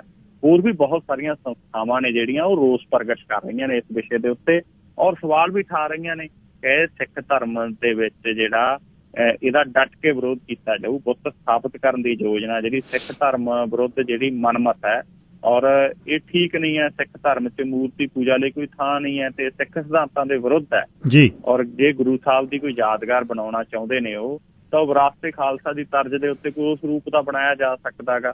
ਕੋਈ ਘੱਟੋ ਘੱਟ ਜੇ ਉਹ ਸੱਚਮੁੱਚ ਸ਼੍ਰੀ ਗੁਰੂ ਤੇਗ ਬਹਾਦਰ ਜੀ ਨੂੰ ਉਹਨਾਂ ਦੇ 400 ਸਾਲਾ ਪ੍ਰਕਾਸ਼ ਪੁਰਬ ਦੇ ਮੌਕੇ ਦੇ ਉੱਤੇ ਸ਼ਰਧਾਂਜਲੀ ਭੇਂਟ ਕਰਨੀ ਚਾਹੁੰਦੇ ਨੇ, ਤਾਂ ਉਹ ਉਹਨਾਂ ਸਿੱਖਾਂ ਬਾਰੇ ਸੋਚਣ ਜਿਹੜੇ ਕਿਰਤ ਕਰਦੇ ਨੇ, ਔਰ ਉਹਨਾਂ ਦੇ ਮਸਲਿਆਂ ਬਾਰੇ ਸੋਚਣ, ਮੁੱਦਿਆਂ ਬਾਰੇ ਸੋਚਣ। ਅਗਲੀ ਗੱਲ ਇਹ ਗੱਲ ਸਾਹਿਬ ਕਿ ਇਹਨਾਂ ਨੇ ਕਰਤਾਰਪੁਰ ਸਾਹਿਬ ਦਾ ਲਾਂਘਾ ਖੋਲਿਆ ਸੀ ਸ਼੍ਰੀ ਗੁਰੂ ਨਾਨਕ ਦੇਵ ਜੀ ਦੇ ਪ੍ਰਕਾਸ਼ ਪੁਰਬ ਦੇ ਮੌਕੇ ਦੇ ਉੱਤੇ, ਔਰ ਉਦੋਂ ਇਹਨਾਂ ਨੇ ਮਤਲਬ ਮੋਦੀ ਜੀ ਨੇ ਬਹੁਤ ਇਸ ਗੱਲ ਦੀ ਚਰਚਾ ਚਲਾਈ ਸੀ ਕਿ ਅਸੀਂ ਬਹੁਤ ਕੁਛ ਕਰ ਰਹੇ ਹਾਂ, ਲੇਕਿਨ ਉਹ ਲਾਂਘਾ ਹਾਲ ਹੋ ਗਿਆ ਗਾ, ਬੰਦ ਪਿਆ ਗਾ, ਔਰ ਲਗਾਤਾਰ ਚਰਚਾ ਚੱਲ ਰਹੀ ਹੈ ਕਿ ਉਹ ਖੋਲਿਆ ਜਾਵੇ, ਲੇਕਿਨ ਉਹ ਖੋਲਣ ਵਾਲੇ ਪਾਸੇ ਨੂੰ ਧਿਆਨ ਨਹੀਂ ਦਿੱਤਾ ਜਾ ਰਿਹਾ। ਸੋ ਇੱਕ ਵਾਰ ਜੇ ਕੋਈ ਇਹ ਕਰਨਗੇ ਵੀ ਕੰਮ, ਉਸ ਤੋਂ ਬਾਅਦ ਉਹ ਲਗਾਤਾਰਤਾ ਦੇ ਵਿੱਚ ਜਾਰੀ ਰਹੇਗਾ। ਇਹਦੇ ਉੱਤੇ ਵੀ ਉਹਨਾਂ ਦੀ ਮਨਸ਼ਾ ਦੇ ਉੱਤੇ ਸਵਾਲ ਨੇ ਜਿਹੜੇ ਉੱਠਣੇ ਸੁਭਾਵਿਕ ਨੇ ਜੀ। ਅੱਛਾ, ਮਹਾਰਾਸ਼ਟਰ ਦੇ ਵਿੱਚ ਫਿਰ ਗ੍ਰਹਿ ਮੰਤਰੀ ਨੂੰ ਅਸਤੀਫਾ ਦੇਣਾ ਪੈ ਗਿਆ ਜੀ, ਹੋਇਆ ਕੀ ਜੀ? ਗੱਲ ਸਾਹਿਬ ਤੁਸੀਂ ਦੇਖੋ ਕਿ ਕਿੱਡਾ ਵੱਡਾ ਮਸਲਾ ਬਣਿਆ। ਆਮ ਮਸਲਿਆਂ ਦੇ ਵਿੱਚ ਏਦਾਂ ਨਹੀਂ, ਕਿਉਂਕਿ ਭਾਰਤ ਦੇ ਸਭ ਤੋਂ ਅਮੀਰ ਬੰਦੇ ਦੇ ਘਰ ਦੇ ਮੂਹਰੋਂ ਧਮਾਕਾ ਕੇ ਸਮੱਗਰੀ ਨਾਲ ਭਰੀ ਗੱਡੀ ਮਿਲ ਗਈ, ਔਰ ਤੁਸੀਂ ਦੇਖੋ ਕਿ ਮਹਾਰਾਸ਼ਟਰ ਦੇ ਗ੍ਰਹਿ ਮੰਤਰੀ ਦੇ ਅਸਤੀਫੇ ਤੱਕ ਗੱਲ ਜਾ ਪਹੁੰਚੀ। ਔਰ ਮੈਨੂੰ ਇਹ ਲੱਗਦਾ ਕਿ ਆਉਣ ਵਾਲੇ ਦਿਨਾਂ ਤੱਕ ਵਿੱਚ ਇਹ ਮਸਲਾ ਕੱਲਾ ਮਹਾਰਾਸ਼ਟਰ ਦੇ ਗ੍ਰਹਿ ਮੰਤਰੀ ਦੇ ਅਸਤੀਫੇ ਤੱਕ ਹੱਲ ਹੋਣ ਵਾਲਾ ਨਹੀਂ ਹੈ। ਤੁਸੀਂ ਇਹ ਦੇਖਿਓ ਕਿ ਮਸਲਾ ਮਹਾਰਾਸ਼ਟਰ ਦੀ ਸਰਕਾਰ ਤੱਕ ਜਾ ਪਹੁੰਚਿਆਗਾ ਔਰ ਸਰਕਾਰ ਦੇ ਉੱਤੇ ਸਵਾਲ ਨੇ ਜਿਹੜੇ ਉਹ ਭਾਰਤੀ ਜਨਤਾ ਪਾਰਟੀ ਨੇ ਉਠਾਉਣੇ ਸ਼ੁਰੂ ਕਰ ਦਿੱਤੇ ਨੇ। ਮਸਲਾ ਕੋਈ ਛੋਟਾ ਨਹੀਂ ਹੈ ਔਰ ਉਹ ਵੀ ਉਸ ਸਮੇਂ ਜਦੋਂ ਉੱਥੇ 3 ਧਿਰੀ ਗੱਠਜੋੜ ਦੀ ਸਰਕਾਰ ਆ ਗਈ ਜਿਹੜੀ ਮਹਾਰਾਸ਼ਟਰ ਦੇ ਵਿੱਚ ਉਹ ਚੱਲ ਰਹੀ ਹੋਗੀ ਔਰ ਲਗਾਤਾਰ ਸ਼ਰਦ ਪਵਾਰ ਨੇ ਜਿਹੜੇ ਬਿਮਾਰ ਵੀ ਦੱਸੇ ਜਾਂਦੇ ਨੇ ਪਿਛਲੇ ਦਿਨਾਂ ਤੋਂ ਕਿ ਬਿਮਾਰ ਚੱਲ ਰਹੇ ਨੇ। ਇਹ ਵੀ ਦੱਸਿਆ ਜਾ ਰਿਹਾ ਸੀ ਕਿ ਉਹਨਾਂ ਦੀ ਭਾਰਤੀ ਜਨਤਾ ਪਾਰਟੀ ਦੇ ਕਈ ਆਗੂਆਂ ਦੇ ਨਾਲ ਜਿਹੜੀ ਮੀਟਿੰਗ ਵੀ ਹੋਈ ਹੈ ਔਰ ਇਹਦੇ ਉੱਤੇ ਬਹੁਤ ਸਾਰੀਆਂ ਚਰਚਾਵਾਂ ਦਾ ਬਾਜ਼ਾਰ ਵੀ ਜਿਹੜਾ ਉਹ ਲਗਾਤਾਰ ਗਰਮ ਸੀਗਾ। ਲੇਕਿਨ ਹੁਣ ਜਿਸ ਤਰ੍ਹਾਂ ਦੀ ਹਾਲਤ ਬਣੀ ਕਿ ਅੰਬਾਨੀਆਂ ਦੇ ਘਰ ਮੂਹਰੋਂ ਧਮਾਕਾ ਖੇਜ ਸਮੱਗਰੀ ਦੇ ਨਾਲ ਭਰੀ ਹੋਈ ਇੱਕ ਗੱਡੀ ਮਿਲਦੀ ਆ, ਉਸ ਤੋਂ ਬਾਅਦ ਮੁੰਬਈ ਦਾ ਪੁਲਿਸ ਅਫਸਰ ਸਚਿਨ ਵਾਜੇ NIA ਜਿਹੜੀ ਨੈਸ਼ਨਲ ਇਨਵੈਸਟੀਗੇਸ਼ਨ ਏਜੰਸੀ ਹੈ ਉਹ ਅਰੈਸਟ ਕਰਦੀ ਹੈ, ਉਹਨੂੰ ਲੈ ਜਾਂਦੇ ਨੇ, ਰਿਮਾਂਡ ਲੈਂਦੇ ਨੇ ਔਰ ਇਹਨਾਂ ਦਿਨਾਂ ਦੇ ਦੌਰਾਨ ਇੱਕ ਵਿਅਕਤੀ ਜਿਹਦੇ ਨਾਂ ਦੇ ਉੱਤੇ ਉਹ ਗੱਡੀ ਰਜਿਸਟਰਡ ਹੁੰਦੀ ਹੈ, ਜਿਹੜਾ ਮਾਲਕ ਦੱਸਿਆ ਜਾਂਦਾ ਹੈਗਾ, ਮਾਲਕ ਹੈਗਾ ਸੀ ਜਾਂ ਨਹੀਂ ਸੀ ਇੱਕ ਅਗਲਾ ਸਵਾਲ ਹੈ, ਉਹ ਮਾਰਿਆ ਜਾਂਦਾ ਹੈਗਾ ਔਰ ਪਤਾ ਲੱਗਦਾ ਦੱਸਦੇ ਨੇ ਕਿ ਉਹ ਖੁਦਕੁਸ਼ੀ ਕਰ ਗਿਆ। ਪਰ ਹੁਣ ਤਾਂ ਇਹ ਕਿਹਾ ਜਾਂਦਾ ਕਿ ਹੱਤਿਆ ਹੋਈ। ਸਚਿਨ ਵਾਜੇ ਇਨਵੋਲਵ ਆ ਉਸ ਮਸਲੇ ਦੇ ਵਿੱਚ ਔਰ ਜਦੋਂ ਸਚਿਨ ਵਾਜੇ ਨਾਲ ਜੁੜ ਕੇ ਬਹੁਤ ਕੁਝ ਸਾਹਮਣੇ ਆਉਂਦਾ ਤਾਂ ਸਚਿਨ ਵਾਜੇ ਤੋਂ ਬਾਅਦ ਅਗਲਾ ਨੰਬਰ ਲੱਗਣਾ ਸੀ ਪਰਮਵੀਰ ਸਿੰਘ ਦਾ, ਜਿਹੜਾ ਪੁਲਿਸ ਕਮਿਸ਼ਨਰ ਸੀ ਮੁੰਬਈ ਦਾ। ਪਰਮਵੀਰ ਸਿੰਘ ਦੀ ਅਰੈਸਟ ਤੋਂ ਪਹਿਲਾਂ ਹੀ, ਪਰਮਵੀਰ ਸਿੰਘ ਤੱਕ ਗੱਲ ਜਾਣ ਤੋਂ ਪਹਿਲਾਂ ਹੀ ਪਰਮਵੀਰ ਸਿੰਘ ਇਲਜ਼ਾਮ ਲਾਉਂਦਾ ਕਿ ਮੈਥੋਂ ਜਿਹੜੇ ਗ੍ਰਹਿ ਮੰਤਰੀ ਨੇ ਉਹ 100 ਕਰੋੜ ਰੁਪਇਆ ਗਾ ਜਿਹੜਾ ਉਹ ਸਚਿਨ ਵਾਜੇ ਦੇ ਰਾਹੀਂ ਜਿਹੜਾ ਉਹ ਇਕੱਠਾ ਕਰਨ ਦੇ ਲਈ ਕਹਿੰਦੇ ਸੀਗੇ ਔਰ ਉਸ ਤੋਂ ਬਾਅਦ ਇਹ ਮਸਲਾ ਗਾ ਜਿਹੜਾ ਚਰਚਾ ਦਾ ਵਿਸ਼ਾ ਬਣਦਾ। ਫਿਰ ਹੋਰ ਬਹੁਤ ਸਾਰੇ ਸਵਾਲ ਉੱਠਦੇ ਨੇ ਔਰ ਹੁਣ ਤੁਸੀਂ ਦੇਖੋ ਕਿ ਮਹਾਰਾਸ਼ਟਰ ਦੇ ਜਿਹੜੇ ਗ੍ਰਹਿ ਮੰਤਰੀ ਨੇ ਉਹਨਾਂ ਨੂੰ ਅਸਤੀਫਾ ਦੇਣਾ ਪਿਆ ਗਾ ਔਰ CBI ਜਾਂਚ ਆ ਜਿਹੜੀ ਇਸ ਕੇਸ ਦੀ ਸ਼ੁਰੂ ਹੋ ਗਈ। CBI ਦੀ ਟੀਮ ਕੱਲ ਨੂੰ ਜਾਂਚ ਸ਼ੁਰੂ ਕਰ ਦਊਗੀ। ਅਦਾਲਤ ਨੇ CBI ਜਾਂਚ ਦੇ ਹੁਕਮ ਦਿੱਤੇ ਨੇ ਔਰ ਜਿਉਂ ਹੀ CBI ਜਾਂਚ ਦੇ ਹੁਕਮ ਦਿੱਤੇ ਨਾਲ ਦੀ ਨਾਲ ਅਸਤੀਫਾ ਦੇਣਾ ਪਿਆ। CBI ਕਿਉਂ ਜੀ ਜਾਂਚ ਕਰਦੀ ਆ? ਮੈਂ ਇੱਕੋ ਟਿੱਪਣੀ ਜਿਹੜੀ ਸੁਪਰੀਮ ਕੋਰਟ ਦੀ ਕੀਤੀ ਹੋਈ ਆ, ਅਕਸਰ ਮੈਂ ਕਰਿਆ ਕਰਦਾ ਕਿ ਸੁਪਰੀਮ ਕੋਰਟ ਆ ਜਿਹੜੀ ਉਹ ਧੋਤ ਆ ਗਈ, ਇਹ ਅਦਾਲਤ ਨੇ ਕਿਹਾ। ਤਾਂ ਸੁਪਰੀਮ ਕੋਰਟ ਕੇਂਦਰ ਸਰਕਾਰ ਦੇ ਕਹਿਣ ਦੇ ਉੱਤੇ ਕਿਸ ਤਰੀਕੇ ਦਾ ਜੋ ਮਸਲਾ ਹੋਣਾ ਉਹ ਆਪਾਂ ਨੂੰ ਪਤਾ, ਲੇਕਿਨ ਹੁਣ ਮਹਾਰਾਸ਼ਟਰ ਦੇ ਗ੍ਰਹਿ ਮੰਤਰੀ ਨੇ ਜਿਹੜੇ ਉਹ ਅਸਤੀਫਾ ਦੇ ਚੁੱਕੇ ਨੇ ਔਰ ਉਹਨਾਂ ਦੀ ਥਾਂ ਦੇ ਉੱਤੇ ਉਹਨਾਂ ਦੀ party NCP national Congress party ਦੇ ਆਗੂ ਦਲੀਪ ਵਾਲਸੇ ਉਹਨਾਂ ਨੂੰ ਗ੍ਰਹਿ ਮੰਤਰੀ ਦੀ ਜ਼ਿੰਮੇਵਾਰੀ ਹੈ ਜਿਹੜੀ ਅੱਜ ਸੌਂਪ ਦਿੱਤੀ ਗਈ ਆ ਔਰ ਉਹ ਹੁਣ ਗ੍ਰਹਿ ਮੰਤਰੀ ਨੇ ਜਿਹੜੇ ਉਹ ਹੋਣਗੇ। ਜੀ ਗਿੱਲ ਸਾਹਿਬ, ਅਖੀਰ ਦੇ ਵਿੱਚ ਦੱਸਿਓ ਕਿ ਬਰਮਾ ਦੇ ਵਿੱਚ ਤਾਂ ਉਈਓ ਮੰਦਾ ਹਾਲ ਹੈ ਤੇ ਮੁੰਡਨ ਜਿਹੜਾ ਹੁੰਦਾ ਹੈ ਹਿੰਦੂ ਧਰਮ ਦੇ ਵਿੱਚ ਮੁੰਡਨ ਕੀਤਾ ਜਾਂਦਾ ਹੈ ਮੰਦਰਾਂ ਦੇ ਵਿੱਚ, ਉਹ ਜਿਹੜਾ ਹੈ ਮੁੰਡਣ ਵਾਲੇ ਵਾਲ ਨੇ ਉਹ ਕਿੱਥੋਂ ਫੜੇ ਗਏ ਤੇ ਤਸਕਰੀ ਦੀ ਗੱਲ ਉਹਦੇ ਨਾਲ ਚੱਲ ਰਹੀ ਹੈ ਕਿ ਉਹ ਕੀ ਹੈ? ਗਿੱਲ ਸਾਹਿਬ ਦੇਖੋ ਬਹੁਤ ਵੱਡਾ ਮਸਲਾ ਬਣ ਚੁੱਕਿਆ। 1 ਕਰੋੜ 80 ਲੱਖ ਦੇ ਵਾਲ। ਹੁਣ ਜੇ ਕਿਸੇ ਨੂੰ ਮਤਲਬ ਕਹਿਣਾ ਹੋਵੇ 1 ਕਰੋੜ 80 ਲੱਖ ਦੇ ਵਾਲ ਲੱਗੋ, ਇੰਨੇ ਮਹਿੰਗੇ ਵਾਲ। ਵਾਕਈ ਇਹ ਮਸਲਾ ਬਿਲਕੁਲ ਦੁਰਸਤ ਹੈ। ਭਾਰਤ ਤੇ ਮਿਆਂਮਾਰ ਦੀ ਜਿਹੜੀ ਸੀਮਾ ਉਹਦੇ ਨੇੜਿਓਂ 2 ਮਹੀਨੇ ਪਹਿਲਾਂ ਇੱਕ ਵੱਡੀ ਖੇਪ ਫੜੀ ਗਈ ਸੀਗੀ ਔਰ ਵਾਲਾਂ ਦੀ।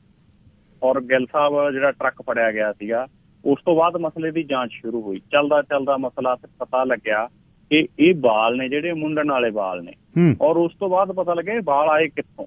ਫਿਰ ਸ਼ੱਕ ਜ਼ਾਹਰ ਕੀਤਾ ਗਿਆ ਕਿ ਤਿਰੂਪਤੀ ਜਿਹੜਾ ਆਤਨਾਮਾ ਉੱਥੋਂ ਇਹ ਤਸਕਰੀ ਆ ਜਿਹੜੀ ਮੰਦਰ ਤੋਂ ਕੀਤੀ ਗਈ ਲੱਗਦੀ ਆ। ਉਸ ਤੋਂ ਬਾਅਦ ਇਹ ਮਸਲਾ ਸੋਸ਼ਲ ਮੀਡੀਆ ਦੇ ਉੱਤੇ ਚੱਲਿਆ। ਫਿਰ ਇਹ ਸਵਾਲ ਵੀ ਉੱਠੇ ਕਿ ਤਿਰੂਮਲਾ ਦੇ ਵਿੱਚ ਕੋਈ ਸੋਸ਼ਲ ਮੀਡੀਆ ਅਕਾਊਂਟ ਤੇ TV ਚੈਨਲਾਂ ਖਿਲਾਫ ਕੇਸ ਦਰਜ ਕੀਤਾ ਗਿਆ। ਸਵਾਲ ਪੁੱਛਿਆ ਗਿਆ ਸੀ ਕਿ ਤਸਕਰੀ ਹੋ ਰਹੀ ਹੈ ਔਰ ਮੁੰਡਨ ਦੇ ਵਾਲ 2 ਮਹੀਨੇ ਪਹਿਲਾਂ ਜਿਹੜੇ ਫੜੇ ਗਏ ਸੀ ਇਹ ਫੜੇ ਸੀ ਅਸਮ ਰਾਈਫਲਜ਼ ਦੀ ਇੱਕ ਸਰਚ ਪਾਰਟੀ ਨੇ। ਵਾਲਾਂ ਦੀ ਇਹ ਖੇਪ ਮਿਜ਼ੋਰਮ ਦੇ ਨਾਲ ਲੱਗਦੀ ਜਿਹੜੀ ਮਿਆਂਮਾਰ ਦੀ ਸੀਮਾ ਉਹਦੇ ਤੋਂ ਫੜੇ ਸੀਗੇ ਔਰ ਚਰਚਾ ਲਗਾਤਾਰ ਭਖਦੀ ਗਈ। 120 ਬੋਰੀਆਂ ਨੇ ਜਿਹੜੀਆਂ ਉਹ ਬਰਾਮਦ ਕੀਤੀਆਂ ਗਈਆਂ ਸੀਗੀਆਂ। ਔਰ ਗਿੱਲ ਸਾਹਿਬ ਇਸ ਮਸਲੇ ਨੂੰ ਲੈ ਕੇ ਜਿਹੜਾ ਟਰੱਕ ਦਾ ਡਰਾਈਵਰ ਹੈ ਉਹਨੇ ਪੁਲਿਸ ਨੇ ਜਦੋਂ ਤੋਂ ਪੁੱਛਗਿੱਛ ਕੀਤੀ ਉਹਨੇ ਦੱਸਿਆ, ਟਰੱਕ ਡਰਾਈਵਰ ਨੇ, ਉਹ ਕਹਿੰਦਾ ਵੀ ਟਰੱਕ ਭਾਰਤੀ ਸੀਮਾ ਦੇ 7 ਕਿਲੋਮੀਟਰ ਅੰਦਰ ਫੜਿਆ ਗਿਆ ਸੀਗਾ ਔਰ ਟਰੱਕ ਚੋਂ ਜ਼ਬਤ ਕੀਤੇ ਗਏ ਜਿਹੜੇ ਵਾਲ ਆ ਕਹਿੰਦਾ ਇਹਨਾਂ ਦੀ ਕੀਮਤ ਲਗਭਗ 1 ਕਰੋੜ 80 ਲੱਖ ਹੈ ਔਰ ਇਹ ਵਾਲ ਭਾਰਤ ਤੋਂ ਤਸਕਰੀ ਕਰਕੇ ਮਿਆਂਮਾਰ ਜਾਂਦੇ ਨੇ, ਮਿਆਂਮਾਰ ਤੋਂ ਥਾਈਲੈਂਡ ਪਹੁੰਚਦੇ ਨੇ, ਥਾਈਲੈਂਡ ਤੋਂ ਤਿਆਰ ਕਰਕੇ ਚੀਨ ਪਹੁੰਚਦੇ ਨੇ। ਸਮਗਲਿੰਗ ਹੁੰਦੀ ਹੈ ਇਹਨਾਂ ਦੀ ਅੰਤਰਰਾਸ਼ਟਰੀ ਪੱਧਰ ਦੇ ਉੱਤੇ ਔਰ ਚੀਨ ਦੇ ਵਿੱਚ ਅੱਗੇ ਜਾ ਕੇ ਇਹਨਾਂ ਵਾਲਾਂ ਦੇ ਵੈਗ ਬਣਾਏ ਜਾਂਦੇ ਨੇ, ਫਿਰ ਪੂਰੀ ਦੁਨੀਆ ਦੇ ਬਾਜ਼ਾਰਾਂ ਦੇ ਵਿੱਚ ਭੇਜੇ ਜਾਂਦੇ ਨੇ ਔਰ ਬਾਜ਼ਾਰਾਂ ਦੇ ਉੱਤੇ ਨਿਗਾਹ ਰੱਖਣ ਵਾਲੇ ਮਾਹਰ ਦੱਸਦੇ ਨੇ ਕਿ ਵੈਗ ਬਣਾਉਣ ਦੇ 70% ਕਾਰੋਬਾਰ ਦੇ ਉੱਤੇ ਦੁਨੀਆ ਭਰ 'ਚ ਚੀਨ ਦਾ ਕਬਜ਼ਾ ਹੈਗਾ ਔਰ ਸਿਰ ਦੇ ਵਾਲਾਂ ਦਾ ਬਾਜ਼ਾਰ ਆ ਜਿਹੜਾ ਪੂਰੀ ਦੁਨੀਆ 'ਚ ਹੈ। ਖਾਸ ਕਰਕੇ ਭਾਰਤ ਦੇ ਕੁਝ ਮੰਦਰਾਂ 'ਚ ਵਾਲ ਚੜਾਏ ਜਾਣ ਦੀ ਪ੍ਰਥਾ ਹੈ। ਇਹਦੇ ਕਰਕੇ ਵਾਲ ਆਸਾਨੀ ਨਾਲ ਉਪਲਬਧ ਰਹਿੰਦੇ ਨੇ। ਬੈਕ ਕਾਰੋਬਾਰ ਕੱਚਾ ਮਾਲ ਭਾਰਤ ਤੋਂ ਹੀ ਕਹਿੰਦੇ ਜ਼ਿਆਦਾਤਰ ਮਿਲਦਾ ਹੈਗਾ। ਔਰ ਭਾਰਤ 'ਚ ਸਿਰ ਦੇ ਵਾਲ ਸਭ ਤੋਂ ਜ਼ਿਆਦਾ ਤਿਰੂਪਤੀ ਮੰਦਿਰ ਦੇ ਵਿੱਚ ਹੀ ਦਾਨ ਕੀਤੇ ਜਾਂਦੇ ਨੇ। ਹਰ ਰੋਜ਼ ਗਿੱਲ ਸਾਹਿਬ ਉੱਥੇ ਔਸਤਨ 50,000 ਸ਼ਰਧਾਲੂ ਦਰਸ਼ਨ ਕਰਨ ਦੇ ਲਈ ਆਉਂਦੇ ਨੇ। ਔਰ ਇਹਨਾਂ 'ਚੋਂ ਘੱਟੋ ਘੱਟ 1/3 ਇੱਥੇ ਆਪਦੇ ਵਾਲ ਨੇ ਜਿਹੜੇ ਉਹ ਦਾਨ ਕਰਕੇ ਜਾਂਦੇ ਨੇ। ਔਰ ਜਿਹੜਾ ਵਿੱਤੀ ਸਾਲ 2020-2021 ਚੱਲ ਰਿਹਾ, ਇਹਦੇ 'ਚ TDD ਵਾਲਾਂ ਤੋਂ ਜਿਹੜਾ 131 ਕਰੋੜ ਰੁਪਏ ਦੀ ਆਮਦਨੀ ਕਹਿੰਦੇ ਉਹਨਾਂ ਨੂੰ ਹੋਈ ਹੈ।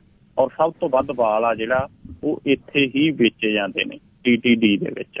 ਸੋ ਇਹ ਮਸਲਾ ਹੁਣ ਕਾਫੀ ਭਟਿਆ ਹੋਇਆ ਗਾ, ਸ਼ਰਧਾਲੂਆਂ ਦੇ ਵਿੱਚ ਵੀ ਇਸ ਮਸਲੇ ਨੂੰ ਲੈ ਕੇ ਕਾਫੀ ਚਰਚਾ ਆ ਗਈ। ਖਾਸ ਕਰਕੇ ਆਂਧਰਾ ਪ੍ਰਦੇਸ਼ ਦੇ ਵਿੱਚ ਇਹ ਮਸਲਾ ਕਾਫੀ ਭਖਕ ਚੁੱਕਾ ਗਾ ਜੀ।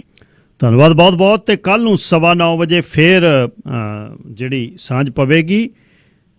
ਬਹੁਤ ਬਹੁਤ ਧੰਨਵਾਦ ਫੇਰ ਇੱਕ ਵਾਰ। ਸ਼ੁਕਰੀਆ ਗਿੱਲ ਸਾਹਿਬ, ਤੁਹਾਡਾ ਤੇ ਸਾਰੇ ਸਰੋਤਿਆਂ ਦਾ ਬਹੁਤ ਬਹੁਤ ਧੰਨਵਾਦ। ਸਟਾਰ ਨਵਕੀਨ ਸਿੰਘ ਪੱਤੀ ਸੇਖਵਾਂ ਬਰਨਾਲਿਓਂ ਗੱਲਬਾਤ ਕਰ ਰਹੇ। ਸਿੰਘ ਪੱਤੀ ਉਹਨਾਂ ਦੀ ਸੈਗਮੈਂਟ ਦੇ ਬਾਰੇ ਕੋਈ ਤੁਸੀਂ ਗੱਲਬਾਤ ਕਰਨੀ ਆ, 4 ਮਿੰਟ ਆਪਣੇ ਕੋਲ ਹੈਗੇ, 5 ਮਿੰਟ ਖਬਰਾਂ ਤੋਂ ਪਹਿਲਾਂ ਨਹੀਂ ਖਬਰਾਂ ਤੋਂ ਬਾਅਦ ਵੀ ਕਰ ਸਕਦੇ ਹੋ। ਕੁਝ ਵਰਲਡ ਦੀਆਂ ਦੁਨੀਆ ਦੀਆਂ ਤੁਹਾਨੂੰ ਕੁਝ ਖਾਸ ਖਬਰਾਂ ਜਿਹੜੀਆਂ ਉਹ ਸੁਣਾਵਾਂ।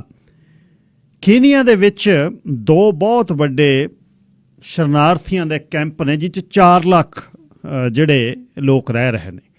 ਇੱਕ ਹੈਗਾ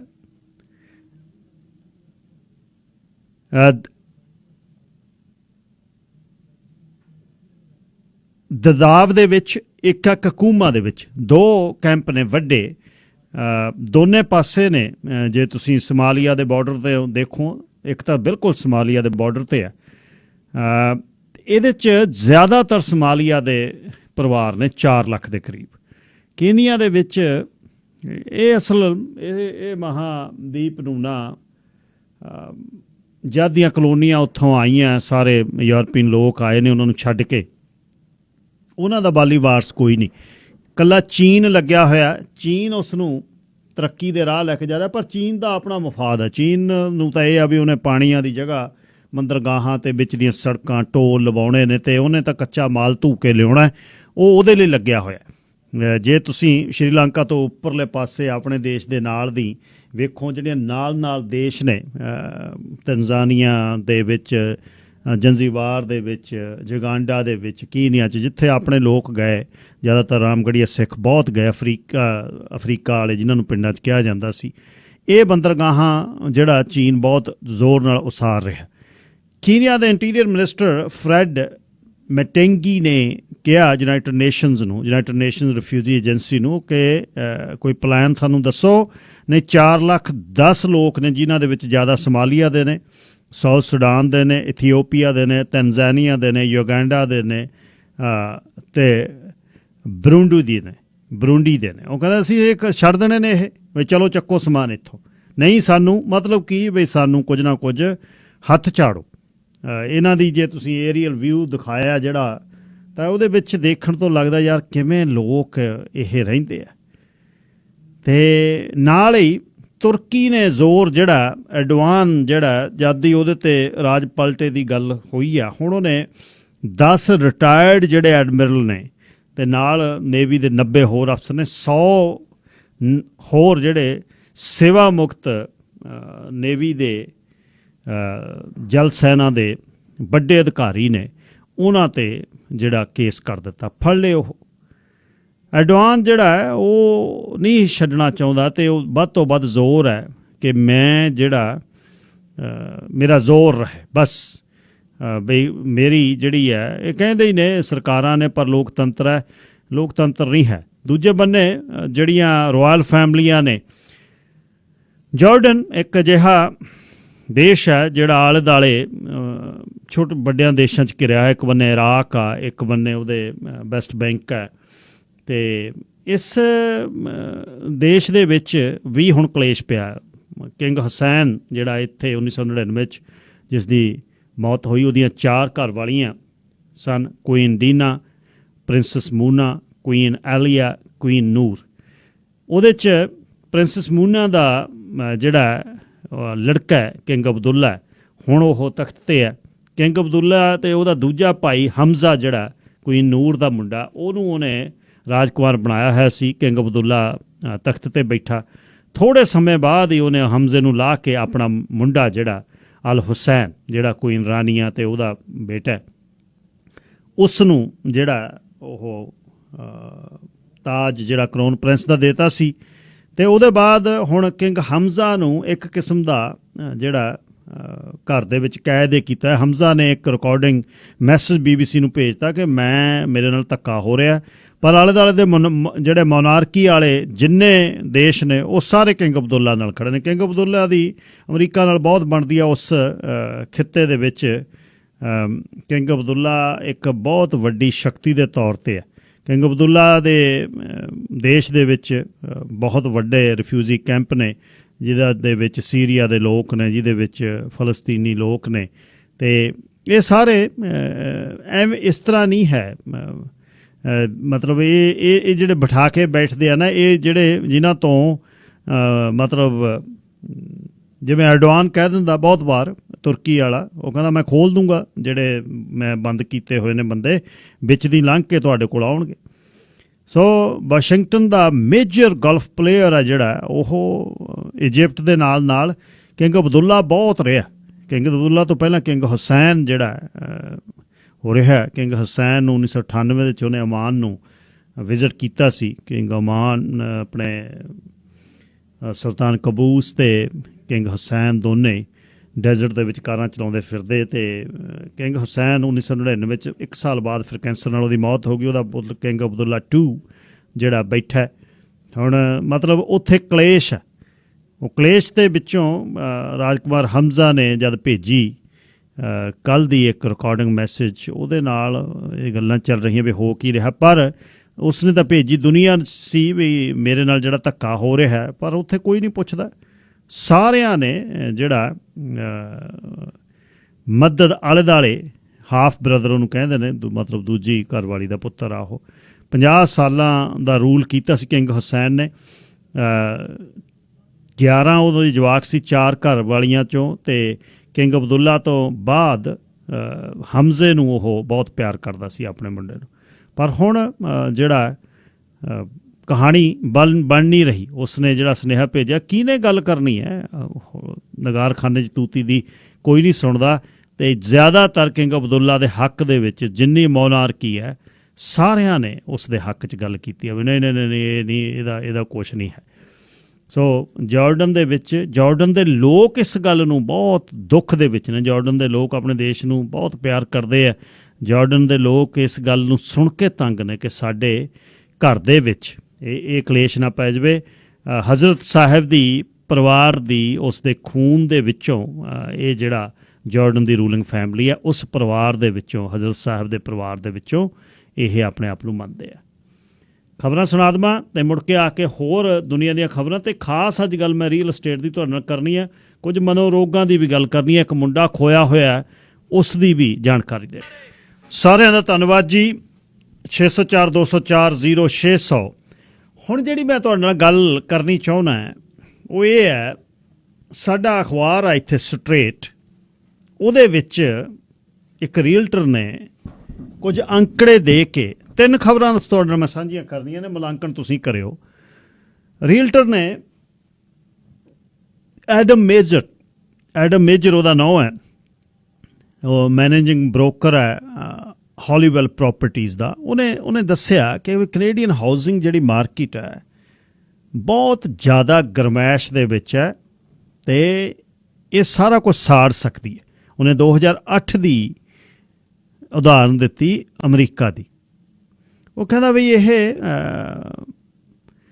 ਇਹ ਮੁਸ਼ਕਲ ਜਿਹੜੀ ਬਹੁਤ ਔਖਾ ਕਰ ਸਕਦੀ ਹੈ ਵੀ ਕਿਵੇਂ ਇਸ ਮਾਰਕੀਟ ਨੂੰ ਠੰਡਿਆ ਕਿਵੇਂ ਕੀਤਾ ਜਾਵੇ। ਮੇਜਰ ਆ ਜਿਹੜਾ ਉਹ CEO ਆ ZealTCA ਦੀ ਵੀ ਰੀਅਲ estate ਟਰੈਕਿੰਗ ਸਾਈਟ ਹੈ ਜਿਹੜੀ ਹੌਲੀਵੈਲ ਪ੍ਰੋਪਰਟੀਜ਼ ਵੱਲੋਂ ਜਿਹੜੀ ਚਲਾਈ ਜਾਂਦੀ ਹੈ। ਉਹ ਕਹਿ ਕੀ ਰਿਹਾ, ਉਹ ਕਹਿੰਦਾ ਬਈ ਅਮਰੀਕਾ ਦੀ ਜਿਹੜੀ 2008 ਦੇ ਵਿੱਚ ਬਰਬਾਦੀ ਦਾ ਕਾਰਨ ਇਹ ਸੀ ਕਿ ਸਸਤੀ ਮੌਰਗੇਜ ਸੀ। ਟੀਜ਼ਰ ਕਹਿੰਦਾ ਉਹ ਉਸਨੂੰ, ਟੀਜ਼ਰ ਦੇ ਤੌਰ 'ਤੇ, ਮਤਲਬ ਸ਼ੁਰੂਆਤ ਦੇ ਤੌਰ 'ਤੇ ਚੀਜ਼ਾਂ ਲੈ ਲੈਂਦੇ ਨੇ, ਫਿਰ ਹੋਈ ਨਾ। 2005 ਅਤੇ 6 ਦੇ ਵਿੱਚ ਜਿਹੜੀ ਉੱਥੇ ਕਹਿੰਦਾ ਵੀ ਜਿਹੜੀ 30 ਤੋਂ 40% ਮੌਰਗੇਜ ਵਿਕੀ ਉਹ ਟੀਜ਼ਰ ਸੀ। ਮਤਲਬ ਇਹ ਸੀ ਕਿ ਜਦ ਹੁਣ ਲੋ ਹੈ ਤਾਂ ਉਹ ਅਫੋਰਡ ਕਰਨਗੇ, ਜਿੱਦਣ ਵੱਧ ਗਿਆ ਉਹਨਾਂ ਤੋਂ ਅਫੋਰਡ ਨਹੀਂ ਹੋਣੀ। ਕੈਨੇਡਾ ਦੇ ਵਿੱਚ ਹੁਣ ਜਿਹੜਾ ਉਹ ਕਹਿੰਦਾ ਵੀ ਮੌਰਗੇਜ ਦਾ ਇੰਟਰਸਟ ਰੇਟ ਹੈ 1.5% ਹੈ, ਕਿਉਂ 0.25 ਬੇਸ ਹੈ ਅਤੇ 1.25% ਹੋਰ ਪਾ ਕੇ 1.5-2% 'ਤੇ ਬਣਦੀ ਹੈ। ਅਤੇ ਉਹ ਕਹਿੰਦਾ ਵੀ ਟੀਜ਼ਰ ਰੇਟ ਇਹ ਮੌਰਗੇਜ ਆ ਹੁਣ ਜਿਹੜੀ ਕੈਨੇਡਾ ਦੇ ਵਿੱਚ ਆ, ਇਹ ਉਹ ਕਹਿੰਦਾ ਵੀ ਰੇਟ ਜਿਹੜੇ ਮੌਰਗੇਜ ਦੇ 3.5% 'ਤੇ ਹੋ ਗਏ, 2% ਵੀ ਵੱਧ ਗਏ, ਕਹਿੰਦਾ ਪੇਮੈਂਟ 30% ਵੱਧ ਜਾਣੀ ਹੈ। 2000 ਜਿਹਦੀ ਪੇਮੈਂਟ ਹੈ ਉਹ 2600 ਹੋ ਜਾਣੀ ਹੈ ਜੇ 2% ਵੀ ਵੱਧ ਗਿਆ। 1.5 ਤੋਂ 3.5 ਕਰਨ ਨੂੰ ਸਮਾਂ ਨਹੀਂ ਕਹਿੰਦਾ ਲੱਗਣਾ। ਇਸੇ ਗੱਲ ਉਹਨੇ ਦੱਸਿਆ, ਕਹਿੰਦਾ ਵੀ 2007 ਦੇ ਵਿੱਚ ਮੌਰਗੇਜ 3.5% 'ਤੇ ਲੋਕ ਦਿੰਦੇ ਸੀ, ਅਤੇ ਇਹਦੇ ਕਰਕੇ 2-3 ਸਾਲ ਪਹਿਲਾਂ 3.5 ਸੀ, 2007 'ਚ 6% 'ਤੇ ਵੀ ਸੀ।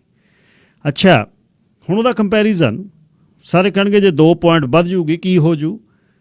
ਕਾਰਨ ਕੀ ਸੀ ਕਿ 2007 ਦੇ ਵਿੱਚ ਇਹ 6% 'ਤੇ ਵੀ ਲੋਕ ਅਫੋਰਡ ਕਰਦੇ ਸੀ, 2 ਸਾਲ ਪਹਿਲਾਂ 3.5 'ਤੇ ਵੀ ਕਰਦੇ ਸੀ। ਘਰ ਦੀ ਐਵਰੇਜ ਕੀਮਤ 7 ਲੱਖ, 7.5 ਲੱਖ, 8 ਲੱਖ, ਇੱਥੇ ਲੋਕਲ ਸੀ 9 ਲੱਖ, ਜਿਹੜੀ ਹੁਣ 13 ਲੱਖ। ਉਹਨੇ ਦੱਸਿਆ ਜੇ 5.5% ਮੌਰਗੇਜ ਹੋ ਗਈ, 5.5% 'ਤੇ ਮਿਲਣ ਲੱਗ ਗਈ, ਪੇਮੈਂਟ ਆ ਜਿਹੜੀ 63% ਵੱਧ ਜਾਣੀ ਹੈ, 7.5% 'ਤੇ ਆਲਮੋਸਟ ਡਬਲ ਹੋ ਜਾਣੀ ਹੈ। ਉਹ ਕਹਿੰਦਾ ਮੈਂ ਇਹ ਨਹੀਂ ਕਹਿੰਦਾ ਵੀ 7.5% 'ਤੇ ਮੌਰਗੇਜ ਚਲੇ ਜਾਣੀ ਹੈ, ਪਰ ਉਹ ਕਹਿੰਦਾ ਈਜ਼ੀਲੀ 3.5% 'ਤੇ ਚਲੇ ਜਾਣੀ ਹੈ। ਜੇ 3.5% 'ਤੇ ਜਾਂਦੀ ਹੈ ਤਾਂ 30% ਉਹ ਵਧਣੀ ਹੈ, 30% ਵਧਣੀ ਹੈ, ਅਤੇ 3.5 ਤੋਂ ਜੇ ਉੱਪਰ ਚਲੇ ਜਾਂਦੇ, ਕਿਉਂਕਿ ਸਾਰੇ ਇਸ ਦੇ ਵਿੱਚ ਸ਼ੰਕੇ ਕਰ ਰਹੇ ਨੇ 3.5 ਤੋਂ ਜਿੰਨੀ ਉੱਪਰ ਗਈ ਉਹ ਵੱਧਦੀ ਜਾਣੀ ਹੈ। ਜੇ 3.5% ਤੋਂ ਹੁਣ 1.5 ਤੋਂ 3.5 'ਤੇ ਚਲੇ ਗਈ, 1.5 ਵਾਲੇ ਦੀ 30% ਜਿਹੜੀ ਮੌਰਗੇਜ ਦੀ ਕਿਸ਼ਤ ਵੱਧ ਜਾਣੀ ਹੈ। ਉਹ ਕਹਿੰਦਾ ਵੀ ਜ਼ਿਆਦਾ ਰੀਨਿਊ ਹੋਣੀਆਂ ਨੇ 5 ਸਾਲਾਂ ਨੂੰ, ਜੇ 3.5 ਜਾਂ 4.5% ਔਰ 5% 'ਤੇ ਦੁਬਾਰਾ ਉਸ ਨੂੰ ਕਰਨਾ ਪੈ ਗਿਆ ਤਾਂ ਉਸ ਸਮੇਂ ਐਕੁਇਟੀ ਵੀ ਘਰ 'ਚ ਨਹੀਂ ਹੋਣੀ, ਘਰਾਂ ਦੀਆਂ ਕੀਮਤਾਂ ਸਸਤੀਆਂ ਹੋਣਗੀਆਂ, ਲੋਕਾਂ 'ਤੇ ਘਰ ਅਫੋਰਡ ਨਹੀਂ ਹੋਣੇ। ਇਹ ਇੱਕ ਰੀਅਲਟੀ ਦੇ ਬ੍ਰੋਕਰ ਨੇ ਅਤੇ ਜਾਂ ਫਿਰ ਇੱਕ ਮੋਨੀਟਰਿੰਗ ਸਾਈਟ ਚਲਾਉਣ ਵਾਲੇ ਬੰਦੇ ਨੇ ਇਹ ਗੱਲ ਕੀਤੀ ਹੈ ਬਈ ਇਹ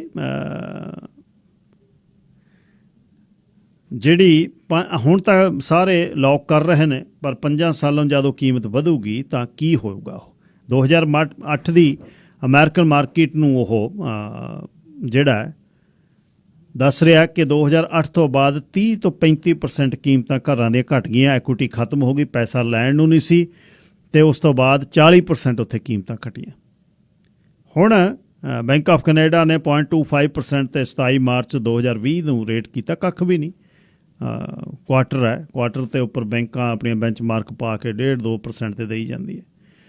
ਬੈਂਕ ਆਫ ਕੈਨੇਡਾ ਦੇ ਗਵਰਨਰ ਟਿਫ ਮੈਕਲਮ ਨੇ ਵੀ ਇਹ ਗੱਲ ਕੀਤੀ ਵੀ ਇਹ ਬਹੁਤ ਜ਼ਿਆਦਾ ਗੱਲਾਂ ਕਰ ਰਹੇ ਸਾਰੇ, ਇਹ ਠੰਡੀ ਕਰੋ ਠੰਡੀ ਕਰੋ ਠੰਡੀ ਕਰੋ, ਪਰ ਠੰਡੀ ਹੋਊ ਕਿਵੇਂ।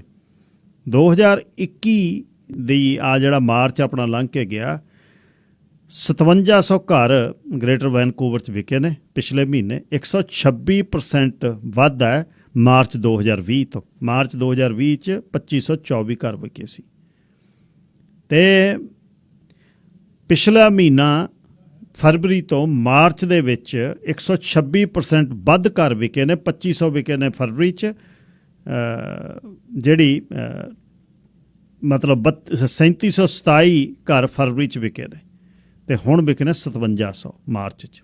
ਸਾਰਿਆਂ ਨੂੰ ਪਤਾ ਕੀ ਹੋ ਰਿਹਾ। ਅੱਛਾ, ਹੁਣ ਇਹ ਇੱਕ ਤਾਂ ਗੱਲ ਇਹ ਹੈ ਬਈ ਇਹ ਕਿਵੇਂ ਜਿਹੜੀ ਇੰਨੀ ਮਹਿੰਗਾਈ ਹੈ, ਜਿੱਦਣ 5 ਸਾਲ ਤੋਂ ਬਾਅਦ ਦੁਬਾਰਾ ਰੀਨਿਊ ਕਰਨੀਆਂ ਨੇ ਮੌਰਗੇਜਸ, ਜੇ ਉਹਨਾਂ ਦੀ ਕੀਮਤ ਵੱਧ ਗਈ, ਮੌਰਗੇਜ ਮਹਿੰਗੀ ਹੋ ਗਈ, ਲੋਕਾਂ 'ਤੇ ਅਫੋਰਡ ਨਹੀਂ ਹੋਣੇ। ਅੰਦਰਲੀ ਇੰਟਰਨਲੀ ਖਬਰ ਜਿਹੜੀ ਇਹ ਆ, ਕਿਉਂਕਿ ਰਿਊਮਰਸ ਤਾਂ ਬੜੀਆਂ ਹੋ ਜਾਂਦੇ, 9 ਵਾਲਾ 10 11 12 ਦਾ ਵਿਕ ਗਿਆ, 13 ਦਾ, ਪਰ ਮਾਰਕੀਟ ਜਿਹੜੀ ਹੈ ਹੁਣ ਘਰ ਜਿਹੜੇ ਨੇ ਕਿਤੇ ਕਿਤੇ ਸਲੋ ਡਾਊਨ ਵੀ ਹੋ ਰਹੇ ਨੇ। ਗੱਲ ਹੈ ਵੀ ਕਿੱਥੇ ਆ ਤੁਹਾਡਾ, ਇਹ ਗੱਲ ਇਹ ਆ। ਅੱਛਾ, ਇੱਕ ਬਹੁਤ ਵੱਡੀ ਰੀਅਲ ਅਸਟੇਟ ਦੀ ਕੰਪਨੀ ਹੈ ਜਿਹੜੀ ਸੌਥਵੀ ਜਿਹਨੂੰ ਕਹਿੰਦੇ ਆ, ਜਿਹੜੇ ਲਗਜ਼ਰੀ ਘਰ ਵੇਚਦੇ ਆ, ਜਿਵੇਂ ਕੋਲੀਅਰ ਹੈ ਜਾਂ ਸੌਥਵੀ ਹੈ, ਉਹਨੇ ਜਿਹੜੀ ਖਬਰ ਲਾਈ ਹੈ ਉਹ ਕਹਿੰਦਾ ਵੀ 2021 ਦੇ ਵਿੱਚ ਜਿਹੜੇ ਲਗਜ਼ਰੀ ਘਰਾਂ ਦੇ ਖਰੀਦਦਾਰ ਦੁਨੀਆ ਦੇ ਵਿੱਚ ਬੈਠੇ ਉਡੀਕ ਰਹੇ ਨੇ ਵੀ ਕਦ ਇਹ ਘਰ ਮਾਰਕੀਟ ਖੁੱਲ੍ਹੇ, ਕਦ ਸਾਨੂੰ ਹਵਾਈ ਸਫ਼ਰ ਸਾਨੂੰ ਇਜਾਜ਼ਤ ਹੋਵੇ। ਅਤੇ ਜਿਹੜੇ ਲਗਜ਼ਰੀ ਘਰ, ਹੁਣ ਲਗਜ਼ਰੀ ਘਰ ਦੀ ਡੈਫੀਨੀਸ਼ਨ ਕੀ ਹੈ? 2 ਮਿਲੀਅਨ ਦਾ ਤਾਂ ਨਾਰਮਲ 21 ਲੱਖ ਦਾ ਤਾਂ ਘਰ ਨਿਊਟਨ ਦੇ ਵਿੱਚ ਵਿਕ ਰਿਹਾ, ਜਿਹੜਾ 3 ਸਟੋਰੀ ਘਰ ਨਵਾਂ ਬਣਿਆ ਹੋਇਆ ਜਿਹ 'ਚ 2 ਬੇਸਮੈਂਟਾਂ ਨੇ, 21 ਲੱਖ 22 ਲੱਖ ਦਾ।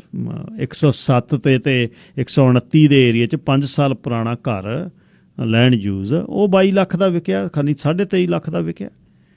ਮਤਲਬ ਹੁਣ ਲਗਜ਼ਰੀ ਘਰ ਦੀ ਦਾ ਬੈਂਚਮਾਰਕ ਕੀ ਹੋਊ ਵੀ 4 ਮਿਲੀਅਨ ਪਲੱਸ। ਹੁਣ ਇਹਦੇ 'ਤੇ ਜਸਟੀਫਿਕੇਸ਼ਨ ਜਿਹੜੀ ਕਰਦੇ ਨੇ, ਵੱਡੀਆਂ ਲੋਟਸ ਜਿਹੜੀਆਂ ਦੇਖਦੇ ਨੇ ਲੋਕ, ਮਤਲਬ ਜਿਹੜੀਆਂ 20,000 ਪਲੱਸ ਲੋਟ ਹੈ, 20,000 ਪਲੱਸ ਲੋਟ ਜੇ ਤੁਸੀਂ ਵੇਖਦੇ ਹੋ ਕਿਤੇ ਵੀ, ਉਹ ਮਿਲ ਰਹੀ ਹੈ $2 ਮਿਲੀਅਨ ਦੀ, ਅਤੇ 4,000 ਸਕੁਅਰ ਫੁੱਟ ਲਾਟ ਮਿਲ ਰਹੀ ਹੈ $1 ਮਿਲੀਅਨ ਦੀ ਸਰੀ 'ਚ। ਉਹਦੇ 'ਤੇ ਘਰ ਬਣਿਆ ਹੋਇਆ 6,000 7,000 ਸਕੁਅਰ ਫੁੱਟ 20,000 ਦੇ ਵਿੱਚ ਘਰ ਮਿਲ ਰਿਹਾ $3 ਮਿਲੀਅਨ 32 ਲੱਖ ਦਾ, 33 ਲੱਖ ਦਾ।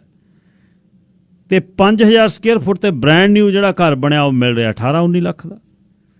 ਸੋ ਸੌਥਵੀ ਨੇ ਇਹ ਗੱਲ ਕੀਤੀ ਕਿ ਇੰਟਰਨੈਸ਼ਨਲ ਬਾਇਰਸ ਜਿਹੜੇ ਨੇ ਉਹ ਲਗਜ਼ਰੀ ਕੈਨੇਡੀਅਨ ਲਗਜ਼ਰੀ ਘਰਾਂ ਦੇ ਲਈ 2021 ਦੇ ਵਿੱਚ ਟੋਰਾਂਟੋ, ਮੌਂਟਰੀਅਲ ਅਤੇ ਵੈਨਕੂਵਰ ਦੇ ਵਿੱਚ ਬਹੁਤ ਜ਼ੋਰ ਦੇ ਨਾਲ ਲੋਕ ਆ ਸਕਦੇ ਨੇ। ਵੱਡਾ ਕਾਰਨ ਕੋਵਿਡ, ਅਸਥਿਰਤਾ ਦੁਨੀਆ ਦੇ ਵਿੱਚ। ਡੌਨ ਕੋਟਿਕ ਨੇ, ਪ੍ਰੈਜ਼ੀਡੈਂਟ ਅਤੇ CEO ਨੇ ਸੌਥਵੀ ਦੇ, ਉਹਨੇ ਦੱਸਿਆ ਕਿ ਬਈ ਇਹ ਜਿਹੜੇ ਮਹਿੰਗੇ ਘਰ ਨੇ, ਕਿਉਂਕਿ ਇਹਨਾਂ ਦੀਆਂ ਜਿਹੜੀਆਂ ਲਿਸਟਿੰਗਸ ਨੇ ਸੌਥਵੀ ਦੀਆਂ ਅਤੇ ਕੋਲੀਅਰ ਦੀਆਂ, ਜੇ ਤੁਸੀਂ ਦੇਖੋਗੇ ਵੈਸਟ ਵੈਨਕੂਵਰ 'ਚ 25, 30, 38, 40 ਮਿਲੀਅਨ ਦੇ ਘਰ ਇਹ ਲਾਉਂਦੇ ਨੇ। ਹੁਣ ਇਹ ਕੌਣ ਲੋਕ ਮੂਵ ਕਰ ਰਹੇ ਨੇ? ਇਹ ਸਾਡੇ ਵਾਂਗੂ ਮੂਵ ਨਹੀਂ ਕਰ ਰਹੇ 20 ਸਾਲ ਪਹਿਲਾਂ ਵੀ ਪੰਜਾਬ ਦੇ ਵਿੱਚੋਂ $500 ਹੀ ਲੈ ਕੇ ਜਾਣਾ, 1000 ਹੈ ਬਸ, ਬਾਕੀ ਉੱਥੇ ਹੀ ਬੰਨਣਾ ਜਾ ਕੇ। ਇਹ ਉਹ ਲੋਕ ਨੇ ਜਿਹੜੇ ਮਿਲੀਅਨਸ ਆਫ ਡਾਲਰ ਮੂਵ ਕਰ ਰਹੇ ਨੇ ਕੈਨੇਡਾ ਦੇ ਵਿੱਚ। ਹੁਣ ਇਹਨਾਂ 'ਤੇ ਗੱਲ ਦੂਸਰੀ ਖਬਰ ਹੈ ਜਿਹੜੀ 31 ਮਾਰਚ ਦੀ, ਚੈੱਕ ਨਿਊਜ਼ ਦੀ, ਵਿਕਟੋਰੀਆ ਦੀ। ਉਹ 'ਚ ਬੈਂਕ ਆਫ ਮੌਂਟਰੀਅਲ ਦੇ 2 ਅਰਥ ਸ਼ਾਸਤਰੀਆਂ ਨੇ, ਰੋਬਰਟ ਅਤੇ ਬੈਂਜਾਮਿਨ ਨੇ ਗੱਲ ਕੀਤੀ। ਉਹ ਕਹਿੰਦਾ ਵਿਕਟੋਰੀਆ 'ਚ ਅੱਗ ਲੱਗ ਗਈ, ਐਵਰੇਜ ਪ੍ਰਾਈਸ 1.2 ਮਿਲੀਅਨ ਘਰਾਂ ਦੀ ਹੋ ਗਈ। ਆਪਣਾ ਭਾਈਚਾਰਾ ਬਹੁਤ ਵੱਸਦਾ ਵਿਕਟੋਰੀਆ ਦੇ ਵਿੱਚ। Island one of the best ਜਿਹੜੀ ਲਿਵਿੰਗ ਪਲੇਸ ਹੈ ਸਾਡੀ। ਖੈਰ ਵਿਕਟੋਰੀਆ ਤਾਂ ਬਿਜ਼ੀ ਹੋ ਗਿਆ, ਜੇ ਵਿਕਟੋਰੀਆ ਤੋਂ ਗਾਂਹ ਨੂੰ ਚੱਲ ਜਾਂਦੇ ਹੋ ਡੰਕਨ 'ਤੇ, ਲੇਕ ਔਚਨ 'ਤੇ ਲੇਡੀ ਵਾਲਾ ਜਿਹੜਾ ਨਾਂ ਭੁੱਲ ਗਿਆ, ਉੱਪਰ ਬਿਲਕੁਲ ਡੰਕਨ ਤੋਂ ਅਤੇ ਨਨੈਮੋ ਦੇ ਅੱਧ 'ਚ ਹੈ, ਜਾਂ ਪਾਰਕਸਵਿਲ ਹੈ, ਕੋਲੀਕਮ ਬੀਚ ਹੈ, ਅਤੇ ਕੋਮਕਸ ਤੱਕ ਤੁਸੀਂ ਸੋਨੇ 'ਤੇ ਬੈਠੇ ਹੋ। ਸਾਰਾ ਕੁਛ, ਜਾਂ ਸਨਸ਼ਾਈਨ ਕੋਸਟ ਆ ਜਿਹੜੀ 90 ਕਿਲੋਮੀਟਰ ਦਾ ਸਟਰੈਚ ਹੈ, ਜਿਹੜੀ ਗਿਬਸਨ ਤੋਂ ਲੈ ਕੇ ਅਲਸਕੋਵ ਤੱਕ ਅਤੇ ਗਾਂ ਪਾਵਲ ਰਿਵਰ ਨੂੰ ਜਾਣਾ ਹੈ। ਉਹ ਜਿਹੜਾ ਸ਼ੀਸ਼ੈਲਟ ਦੇ ਵਿੱਚ, ਗਿਬਸਨ ਦੇ ਵਿੱਚ, ਮਡੀਰਾ ਪਾਰਕ ਦੇ ਵਿੱਚ, ਹਾਫ ਮੂਨ ਵੇ ਦੇ ਵਿੱਚ, ਅਤੇ ਉੱਥੇ ਲੋਕ ਹੁਣ ਸਨਸ਼ਾਈਨ ਦੇ ਉੱਪਰ ਕੋਸਟ ਸਭ ਤੋਂ ਵੱਧ ਸੂਰਜ ਚਮਕਦਾ ਹੈ। ਇਹਨਾਂ ਦੇ ਵਿੱਚ ਅਫੋਰਡੇਬਿਲਟੀ ਆ, ਪਰ ਗ੍ਰੇਟਰ ਵੈਨਕੂਵਰ ਦੇ ਵਿੱਚ 12 ਲੱਖ ਦਾ ਘਰ ਹੋ ਗਿਆ। ਹੁਣ ਚੈੱਕ ਨਿਊਜ਼ ਨੇ ਵੀ ਇਹ ਗੱਲ ਕੀਤੀ ਕਿ ਦੋਨੇ ਅਰਥ ਸ਼ਾਸਤਰੀ ਕਹਿੰਦੇ ਨੇ ਕਿ ਭਾਈ ਜਾਂ ਤਾਂ ਇਹਨਾਂ ਨੂੰ ਅੱਛਾ, ਇੱਕ ਅੰਦਰਲੀ ਗੱਲ ਪਲੀਜ਼ ਇਹ ਸੁਣ ਲਿਓ ਕਿ ਸਰਕਾਰ ਇਹਦੇ 'ਤੇ ਬਹੁਤ ਤੀਬਰਤਾ ਨਾਲ ਕੰਮ ਕਰ ਰਹੀ ਹੈ ਕਿ ਕੈਪੀਟਲ ਗੇਨ 'ਤੇ ਤੁਹਾਨੂੰ ਕੁਛ ਨਾ ਕੋਈ ਟੈਕਸ ਲੱਗੇ। ਜੇ ਕੈਪੀਟਲ ਗੇਨ 'ਤੇ ਟੈਕਸ ਲੱਗਿਆ, ਮਤਲਬ ਤੁਹਾਡਾ ਘਰ ਜਿਹੜਾ ਬਿਲਕੁਲ ਜਿਹ 'ਚ ਤੁਸੀਂ ਰਹਿੰਦੇ ਹੋ, ਉਹ ਘਰ ਵੇਚ ਕੇ ਜਦ ਤੁਸੀਂ ਜਾਂਦੇ ਹੋ 5 ਲੱਖ ਬਚ ਗਿਆ, 7 ਲੱਖ ਬਚ ਗਿਆ, ਉਹਦੇ 'ਤੇ ਕੋਈ ਟੈਕਸ ਨਹੀਂ ਅੱਜ ਦੇ ਦਿਨ। ਅਤੇ ਉਹਦੇ ਕਰਕੇ ਹੀ ਲੋਕਾਂ ਦੇ ਪੈਰ ਵੱਜੇ ਨੇ, ਪਰਦੇਸੀ ਬੰਦੇ ਉਹਦੇ ਕਰਕੇ ਹੀ ਕਾਇਮ ਹੋਏ ਨੇ। ਘਰ ਬਣਿਆ 8 ਲੱਖ ਦਾ, 4 ਸਾਲ ਰਹੇ, 12 ਲੱਖ ਦਾ ਵਿਕਿਆ, 4 ਲੱਖ ਨਾਨ ਟੈਕਸੇਬਲ ਮਨੀ ਦਾ ਮਤਲਬ ਇਹ ਆ ਵੀ ਤੁਸੀਂ $7 ਲੱਖ ਕਮਾਇਆ, 40% ਦੀ ਬ੍ਰੈਕਟ 'ਚ ਆ ਗਏ ਤਾਂ 1.5 ਲੱਖ ਚਲੇ ਜਾਣਾ 4 ਲੱਖ 'ਚੋਂ। ਹੁਣ ਜੇ ਉਹ ਕੈਪੀਟਲ ਗੇਨ ਲੱਗ ਗਿਆ, ਸਰਕਾਰ ਨੇ ਸਰਟਨ ਟਾਈਮ ਲਾਤਾ ਉਹ 'ਤੇ ਵੀ 5 ਸਾਲ ਤੋਂ ਜੇ ਪਹਿਲਾਂ ਵੇਚੋਗੇ ਤਾਂ ਇੰਨਾ ਲੱਗੂ। ਜੇ 5 ਸਾਲ ਰਹਿੰਦੇ ਹੋ ਤਾਂ ਪਹਿਲੇ ਇੰਨੇ ਲੱਖ ਤੇ ਨਹੀਂ ਲੱਗੂ, ਇੰਨੇ ਤੋਂ ਉੱਪਰ ਹੋਊਗਾ ਤਾਂ ਇੰਨਾ ਲੱਗੂ। ਇਹੋ ਜਿਹਾ ਕੁਝ ਨਾ ਕੁਝ ਲਾਉਣਗੇ। ਇਹ ਆਊਗੀ ਗੱਲ, ਤੁਹਾਡੇ ਸਾਹਮਣੇ ਆਊਗੀ, ਤੁਸੀਂ ਵੇਖਿਓ ਗੱਲ ਜਦ ਚੱਲਦੀ ਆ। ਹੁਣ ਬੈਂਕ ਆਫ ਮੌਂਟਰੀਅਲ ਦੀ ਨਵੀਂ ਰਿਪੋਰਟ ਜਿਹੜੀ ਉਹਨੇ ਦੱਸਿਆ ਕਿ ਜਿਹੜਾ ਕੁਝ ਹੋ ਰਿਹਾ, ਉਹਦੇ ਦੋਨੇ ਅਰਥ ਸ਼ਾਸਤਰੀਆਂ ਨੇ ਦੱਸਿਆ ਕਿ ਇਹ ਕੁਝ ਨਾ ਕੁਝ ਕਰਨਾ ਪੈਣਾ। ਸਪੈਕੂਲੇਸ਼ਨ ਟੈਕਸ ਜਿਹੜਾ ਫੋਰਨ ਬਾਇਰਸ ਨੇ ਉਹ ਤਾਂ ਖੈਰ ਲੱਗਿਆ ਹੋਇਆ, ਗੋਸਟ ਹਾਊਸ ਲੱਭ ਕੇ ਲੋਕ ਲਾ ਰਹੇ ਨੇ ਟੈਕਸ, ਪਰ ਜਿਹੜੀ ਕੈਪੀਟਲ ਗੇਨ ਆ, ਕੈਪੀਟਲ ਗੇਨ 'ਤੇ ਜੇ ਹੁਣ ਹੋ ਕੀ ਰਿਹਾ, ਮਾਰਕੀਟ ਦੀ ਤੇਜ਼ੀ ਪਤਾ ਕਿੱਥੇ ਆ? ਮਾਰਕੀਟ ਦੀ ਤੇਜ਼ੀ ਇਹ ਹੈ ਵੀ ਲੋਕ ਘਰ ਅਪਗ੍ਰੇਡ ਕਰ ਰਹੇ ਨੇ, ਵੀ ਆਹ ਮਹਿੰਗਾ ਵਿਕ ਗਿਆ ਦੂਜਾ।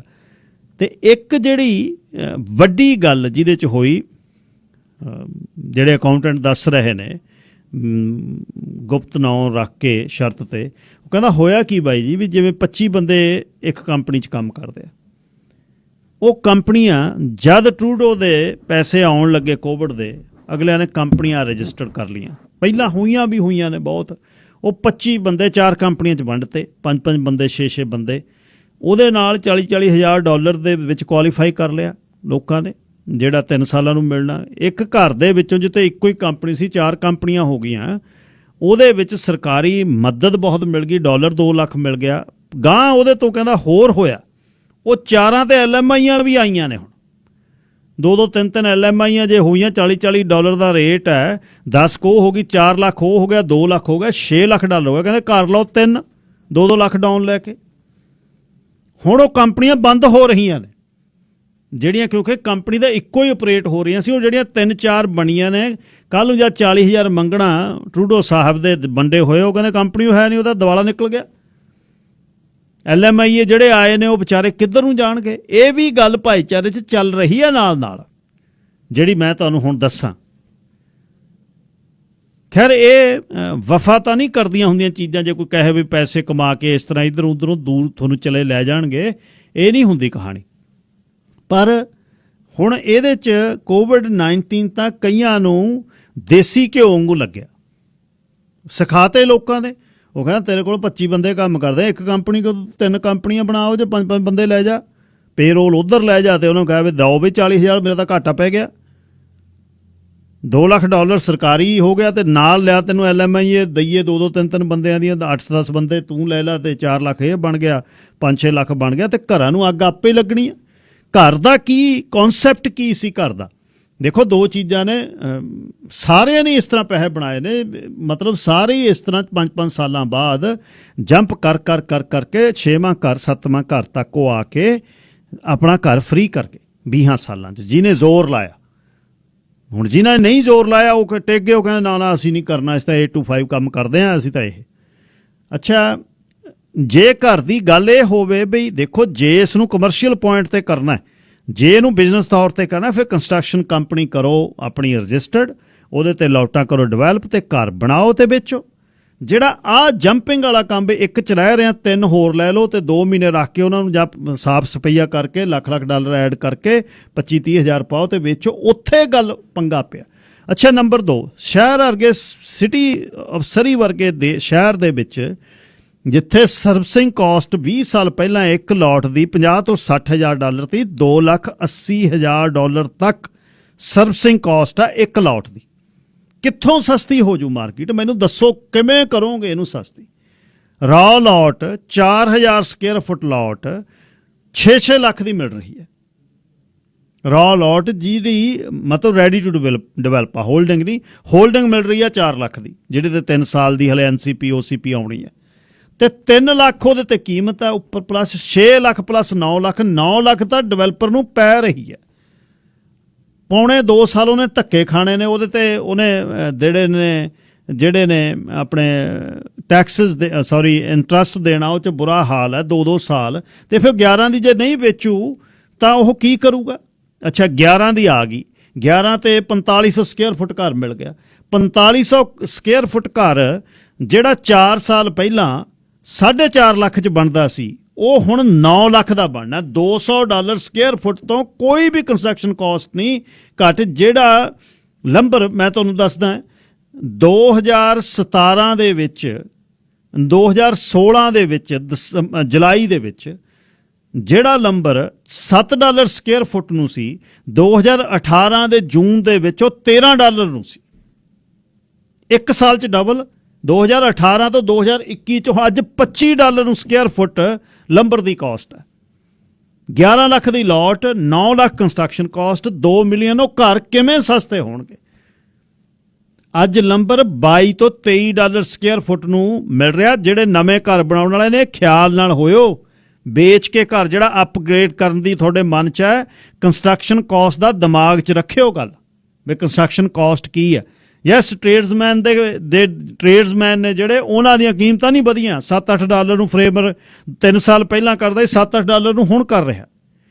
ਪਰ ਜਿਹੜਾ ਮਟੀਰੀਅਲ ਇੰਨਾ ਮਹਿੰਗਾ ਹੋ ਗਿਆ, $7 ਸਕੁਅਰ ਫੁੱਟ ਤੋਂ ਇੱਕ ਸਾਲ 'ਚ 14 ਹੋ ਗਈ, 2018 'ਚ 16 ਤੋਂ 17 'ਚ ਇੱਕ ਸਾਲ 'ਚ 17 ਤੋਂ ਹੁਣ $12 ਸਕੁਅਰ ਫੁੱਟ ਵਾਲੀ $21-22 ਨੂੰ। ਇਹ ਤਾਂ ਇਹ ਉਹ ਹੈ ਜਿਹੜੀ ਸਿੱਧੀ ਆਉਣੀ ਆ, ਜਿਹੜੀ ਵਿੱਚ ਕੁੰਡੀ ਸੇਲਜ਼ਮੈਨ ਨੇ ਸਿੱਟਣੀ ਹੈ।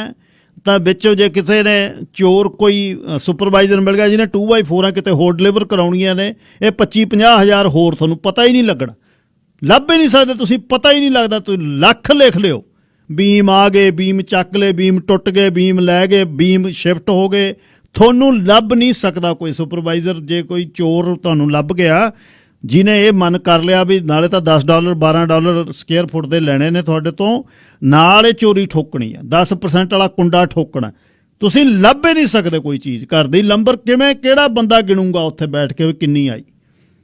ਉਹ ਵਿੱਚ ਉੱਥੇ ਭੇਜਣ ਵਾਲੇ ਦੀ ਹੈ ਤੇ ਲਿਆਉਣ ਵਾਲੇ ਦੀ। ਜਿਹੜੇ ਕਰੁੱਕ ਸੁਪਰਵਾਈਜ਼ਰ ਨੇ ਉਹ ਜਾਣਗੇ ਹੀ ਉੱਥੇ, ਤੁਸੀਂ 3 ਜਗ੍ਹਾ ਤੋਂ ਕੋਟੇਸ਼ਨ ਲੈ ਲਿਓ, ਉਹ ਜਾਣਗੇ ਉੱਥੇ ਜਿੱਥੇ ਸੇਲਜ਼ਮੈਨ ਨਾਲ ਸਿੱਧੀ ਹੈ, ਉੱਥੋਂ ਲਿਆਉਣਗੇ। ਸੋ ਇਹ ਜਿਹੜੀ ਹਲੇ ਹੋਰ 50,000 ਦੀ ਮਾਰ ਇਹ ਵਿੱਚ ਹੈ, 21 ਲੱਖ 'ਚ ਪੈਂਦਾ ਸਮਾਨ ਸਮੂਨ ਜਾਨੂੰ, ਕਾਰਪੈਟ ਵਗੈਰਾ ਪਾ ਪੂ ਕੇ ਅੰਦਰ ਨੂੰ ਬਣਨਾ। $200 ਦੇ ਵਿੱਚ $100 'ਚ ਬਿਲਡਰ ਬਣਾਉਂਦੇ ਸੀ ਘਰ ਵੇਚਣ ਵਾਲਾ, ਲਗਜ਼ਰੀ ਘਰ $150 'ਚ ਬਣਦਾ ਸੀ। ਹੁਣ ਨਾਰਮਲ ਘਰ $200 ਸਕੁਅਰ ਫੁੱਟ 'ਚ ਬਣ ਰਿਹਾ, ਮਟੀਰੀਅਲ ਇੰਨਾ ਮਹਿੰਗਾ ਹੋ ਗਿਆ। ਸੋ ਇਹ ਸਾਰਾ ਕੁਝ ਧਿਆਨ ਗੋਚਰੇ ਰੱਖ ਕੇ ਫੇਰ ਗਾਂਹ ਨੂੰ ਤੁਰਿਓ। ਐਵੇਂ ਨਾ ਗੱਬੇ ਫਾਜਿਓ, ਨਾ ਮੂੰਹ ਨੂੰ, ਨਾ ਅੱਗੇ ਨੂੰ, ਨਾ ਪਿੱਛੇ ਨੂੰ। ਬਹੁਤ ਕੰਸਟਰਕਸ਼ਨ ਕਾਸਟ ਘਰਾਂ ਦੀ ਵੱਧ ਰਹੀ ਆ ਔਰ ਇਹ ਘਟਣ ਦੇ ਕੋਈ ਚਾਂਸ ਨਹੀਂ ਹੈ। ਕੋਵਿਡ ਦੇ ਚੰਗਾ ਉਹ $2.5 ਮਿਲਦਾ ਪਾਉਂਡ ਗੁੜ, $7 ਦਾ ਪਾਉਂਡ ਮਿਲ ਰਿਹਾ। ਕਰੋਗੇ ਕਿੱਥੇ ਤੁਸੀਂ? ਜਾਓਗੇ ਕੀ? ਕੋਵਿਡ ਇਹ ਕਈਆਂ ਨੂੰ ਤਾਂ ਘਿਓ ਵਾਂਗੂ ਲੱਗਿਆ। ਕਿਸੇ ਦਾ ਹੁਣ ਇਹ ਜ਼ਖੀਰੇਬਾਜ਼ੀ ਨਹੀਂ ਕਿ ਕਿਸੇ ਦਾ ਭਰਿਆ ਹੋਵੇ ਵੇਅਰ ਹਾਊਸ ਗੁੜ ਨਾਲ, ਉਹ $2 ਤੋਂ $7 ਦਾ ਵੇਚਦੇ ਆ। $5 ਇੱਕ ਪਾਉਂਡ ਪਿੱਛੇ, 400 ਗ੍ਰਾਮ ਪਿੱਛੇ। ਤੇ ਕੱਚਾ ਗੁੜ ਹੈ, ਤੀਜੇ ਦਿਨ ਉਹ 'ਚੋਂ ਮੁਸ਼ਕ ਆਉਣ ਲੱਗ ਜਾਂਦਾ। ਮੇਰੇ ਕਹਿਣ ਦਾ ਮਤਲਬ ਇਹ ਕਈਆਂ ਨੂੰ ਤਾਂ ਕੋਵਿਡ ਘਿਓ ਵਾਂਗੂ ਲੱਗਿਆ, ਘਿਓ ਵਾਂਗੂ। ਸੋ ਸਾਰਾ ਕੁਝ ਆਪਣੀ ਗਿਣਤੀ ਮਿਣਤੀ ਕਰਕੇ ਆਲੇ ਦੁਆਲੇ ਨਾ ਵੇਖੋ, ਅੱਗ ਲੱਗ ਗਈ, ਆਹ ਹੋ ਗਿਆ, ਉਹ ਹੋ ਗਿਆ। ਤੁਸੀਂ ਵੇਖੋ ਵੀ ਤੁਸੀਂ ਇੱਕ ਹੋਰ ਗੱਲਬਾਤ ਤੁਹਾਡੇ ਨਾਲ ਮੈਂ ਸਾਂਝੀ ਕਰਨੀ ਚਾਹੁੰਦਾ। ਉਹ ਇਹ ਹੈ ਕਿ ਜਵਾਕਾਂ ਤੇ ਆਪਣਿਆਂ ਤੇ, ਜਿਹੜੇ ਨੌਜਵਾਨ ਜਵਾਕ ਤੁਹਾਡੇ ਘਰਾਂ 'ਚ ਨੇ, ਉਹਨਾਂ 'ਤੇ ਨਿਗਾਹ ਰੱਖੋ। ਉਹਨਾਂ ਨੂੰ ਵੇਖੋ, ਉਹਨਾਂ ਦੀਆਂ ਗੱਲਬਾਤ, ਬਹਿਣਾ ਉੱਠਣਾ, ਨਕਲੋ ਹਰਕਤ ਕਿਹੋ ਜਿਹੀ। ਇੱਕ ਨੌਜਵਾਨ ਮੁੰਡਾ ਆਪਣਾ ਗੁੰਮ ਹੈ 1 ਅਪ੍ਰੈਲ ਦਾ, ਤੇ ਪ੍ਰਭਰਾਜ ਸਿੰਘ ਸੇਖੋਂ ਇਹਦਾ ਨਾਂ ਹੈ। 144 ਤੇ 64 ਤੇ ਉਸ ਨੂੰ ਵੇਖਿਆ ਗਿਆ। ਗ੍ਰੇ ਉਸਨੇ ਵਿੰਟਰ ਜੈਕਟ ਪਾਈ ਹੋਈ ਹੈ, ਗ੍ਰੇ ਸਵੈਟ ਪੈਂਟਸ ਹੈ, ਤੇ ਉਸ ਤੋਂ ਬਾਅਦ ਕਾਲੇ ਜੁੱਤੇ ਨੇ ਤੇ ਬੈਕਪੈਕ ਆ ਗ੍ਰੇ।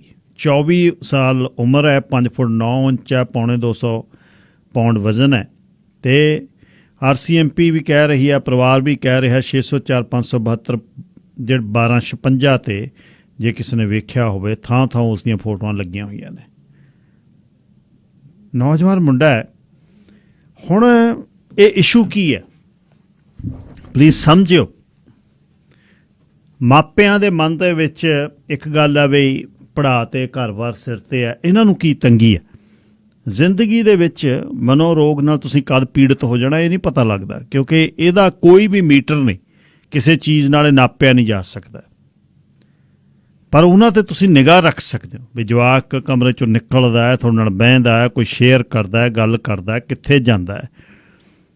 ਅਸਲ ਇਹਨਾਂ ਦੀ ਜਿਹੜੀ ਤਰਜ਼ ਜ਼ਿੰਦਗੀ ਹੈ, ਜਿਹੜੇ ਸਾਡਾ ਇੱਥੇ ਜਿਹੜੀ ਔਲਾਦ ਪੈਦਾ ਹੋਈ ਹੈ, ਉਹਨਾਂ ਨੂੰ ਉਹਨਾਂ ਦੀ ਵੱਡੀ ਸਭ ਤੋਂ ਕਹਾਣੀ ਇਹ ਹੈ ਕਿ ਖਾਣਾ ਪੀਣਾ ਜਿਹੜਾ ਉਹ ਮਾੜਾ ਹੈ, ਖੁਰਾਕ ਜਿਹੜੀ ਆ ਬਹੁਤ ਮਾੜੀ ਹੈ, ਅਤੇ ਅਸੀਂ ਲਗਜ਼ਰੀ ਦੇ ਵਿੱਚ ਉਹਨਾਂ ਨੂੰ ਕੋਸ਼ਿਸ਼ ਕਰਦੇ ਹਾਂ ਉਹ ਨਿਕਲਣ ਨਾ, ਉਹ ਜਾਣ ਨਾ, ਉਹ ਕੰਮ ਨਾ ਕਰਨ, ਉਹਨਾਂ ਦੀ ਆਊਟਿੰਗ ਨਾ ਹੋਵੇ, ਜਾਂ ਕਿੱਥੇ ਹੋ, ਕਦ ਆਉਣਾ, ਕਿਉਂ ਗਏ ਹੋ, ਕਿੱਥੇ ਗਿਆ, ਅਤੇ ਕੰਮ ਨਹੀਂ ਤੁਸੀਂ ਪੜ੍ਹੋ ਕੰਮ ਨਾ ਕਰੋ। ਉਹਨਾਂ ਨੂੰ ਬਾਹਰਲੀ ਹਵਾ, ਜਿਵੇਂ ਅੰਦਰ ਚੀਜ਼ ਪਈ ਨਾ ਜਿਹੜੀ ਮੁਸ਼ਕ ਜਾਂਦੀ ਹੈ, ਹਵਾ ਲਵਾਉਂਦੇ ਸੀ ਨਾ, ਤੁਹਾਨੂੰ ਪਤਾ ਹੈ ਕਣਕਾਂ ਦੀਆਂ ਬੋਰੀਆਂ ਖੋਲ੍ਹ ਕੇ 2 ਮਹੀਨੇ 3 ਮਹੀਨੇ ਬਾਅਦ ਦੁਬਾਰਾ ਇੱਕ ਵਾਰ ਫੇਰ ਹਵਾ ਲਵਾ ਕੇ ਦੁਬਾਰਾ ਫੇਰ ਕਰਦੇ, ਕਿਤੇ ਖਰਾਬ ਨਾ ਹੋ ਜਾਏ। ਇਹ ਜਿਹੜੀ ਸਾਡੀ ਮੁਸ਼ਕਲ ਭਾਈਚਾਰੇ ਦੀ ਬਹੁਤ ਵੱਡੀ ਆ ਰਹੀ ਹੈ, ਇੱਕ ਉਹ ਇਹ ਆ ਰਹੀ ਹੈ ਕਿ ਸਾਡੀ ਜਿਹੜੀ ਔਲਾਦ ਹੈ ਉਹਨਾਂ ਨੂੰ ਅਸੀਂ ਬੇਸਿਕ ਚੀਜ਼ਾਂ ਤਾਂ ਦੇਤੀਆਂ, ਜਦ ਅਸੀਂ ਆਹ ਕਰਤਾ ਤੁਹਾਡੇ ਲਈ, ਆਹ ਕਰਤਾ ਉਹ ਤੁਹਾਡੇ ਲਈ ਵੀ ਹੈ, ਇਕੱਲਾ ਘਰ ਜਵਾਕ ਲਈ ਨਹੀਂ, ਤੁਹਾਡਾ ਵੀ ਘਰ ਹੈ। ਪਰ ਉਹਨਾਂ ਨੂੰ ਸਮਝਣ ਲਈ, ਉਹਨਾਂ ਨੂੰ ਵੇਖਣ ਲਈ, ਉਹਨਾਂ ਨਾਲ ਗੱਲਬਾਤ ਤੁਹਾਨੂੰ ਬਹੁਤ ਜ਼ਰੂਰੀ ਆ ਕਰਨੀ।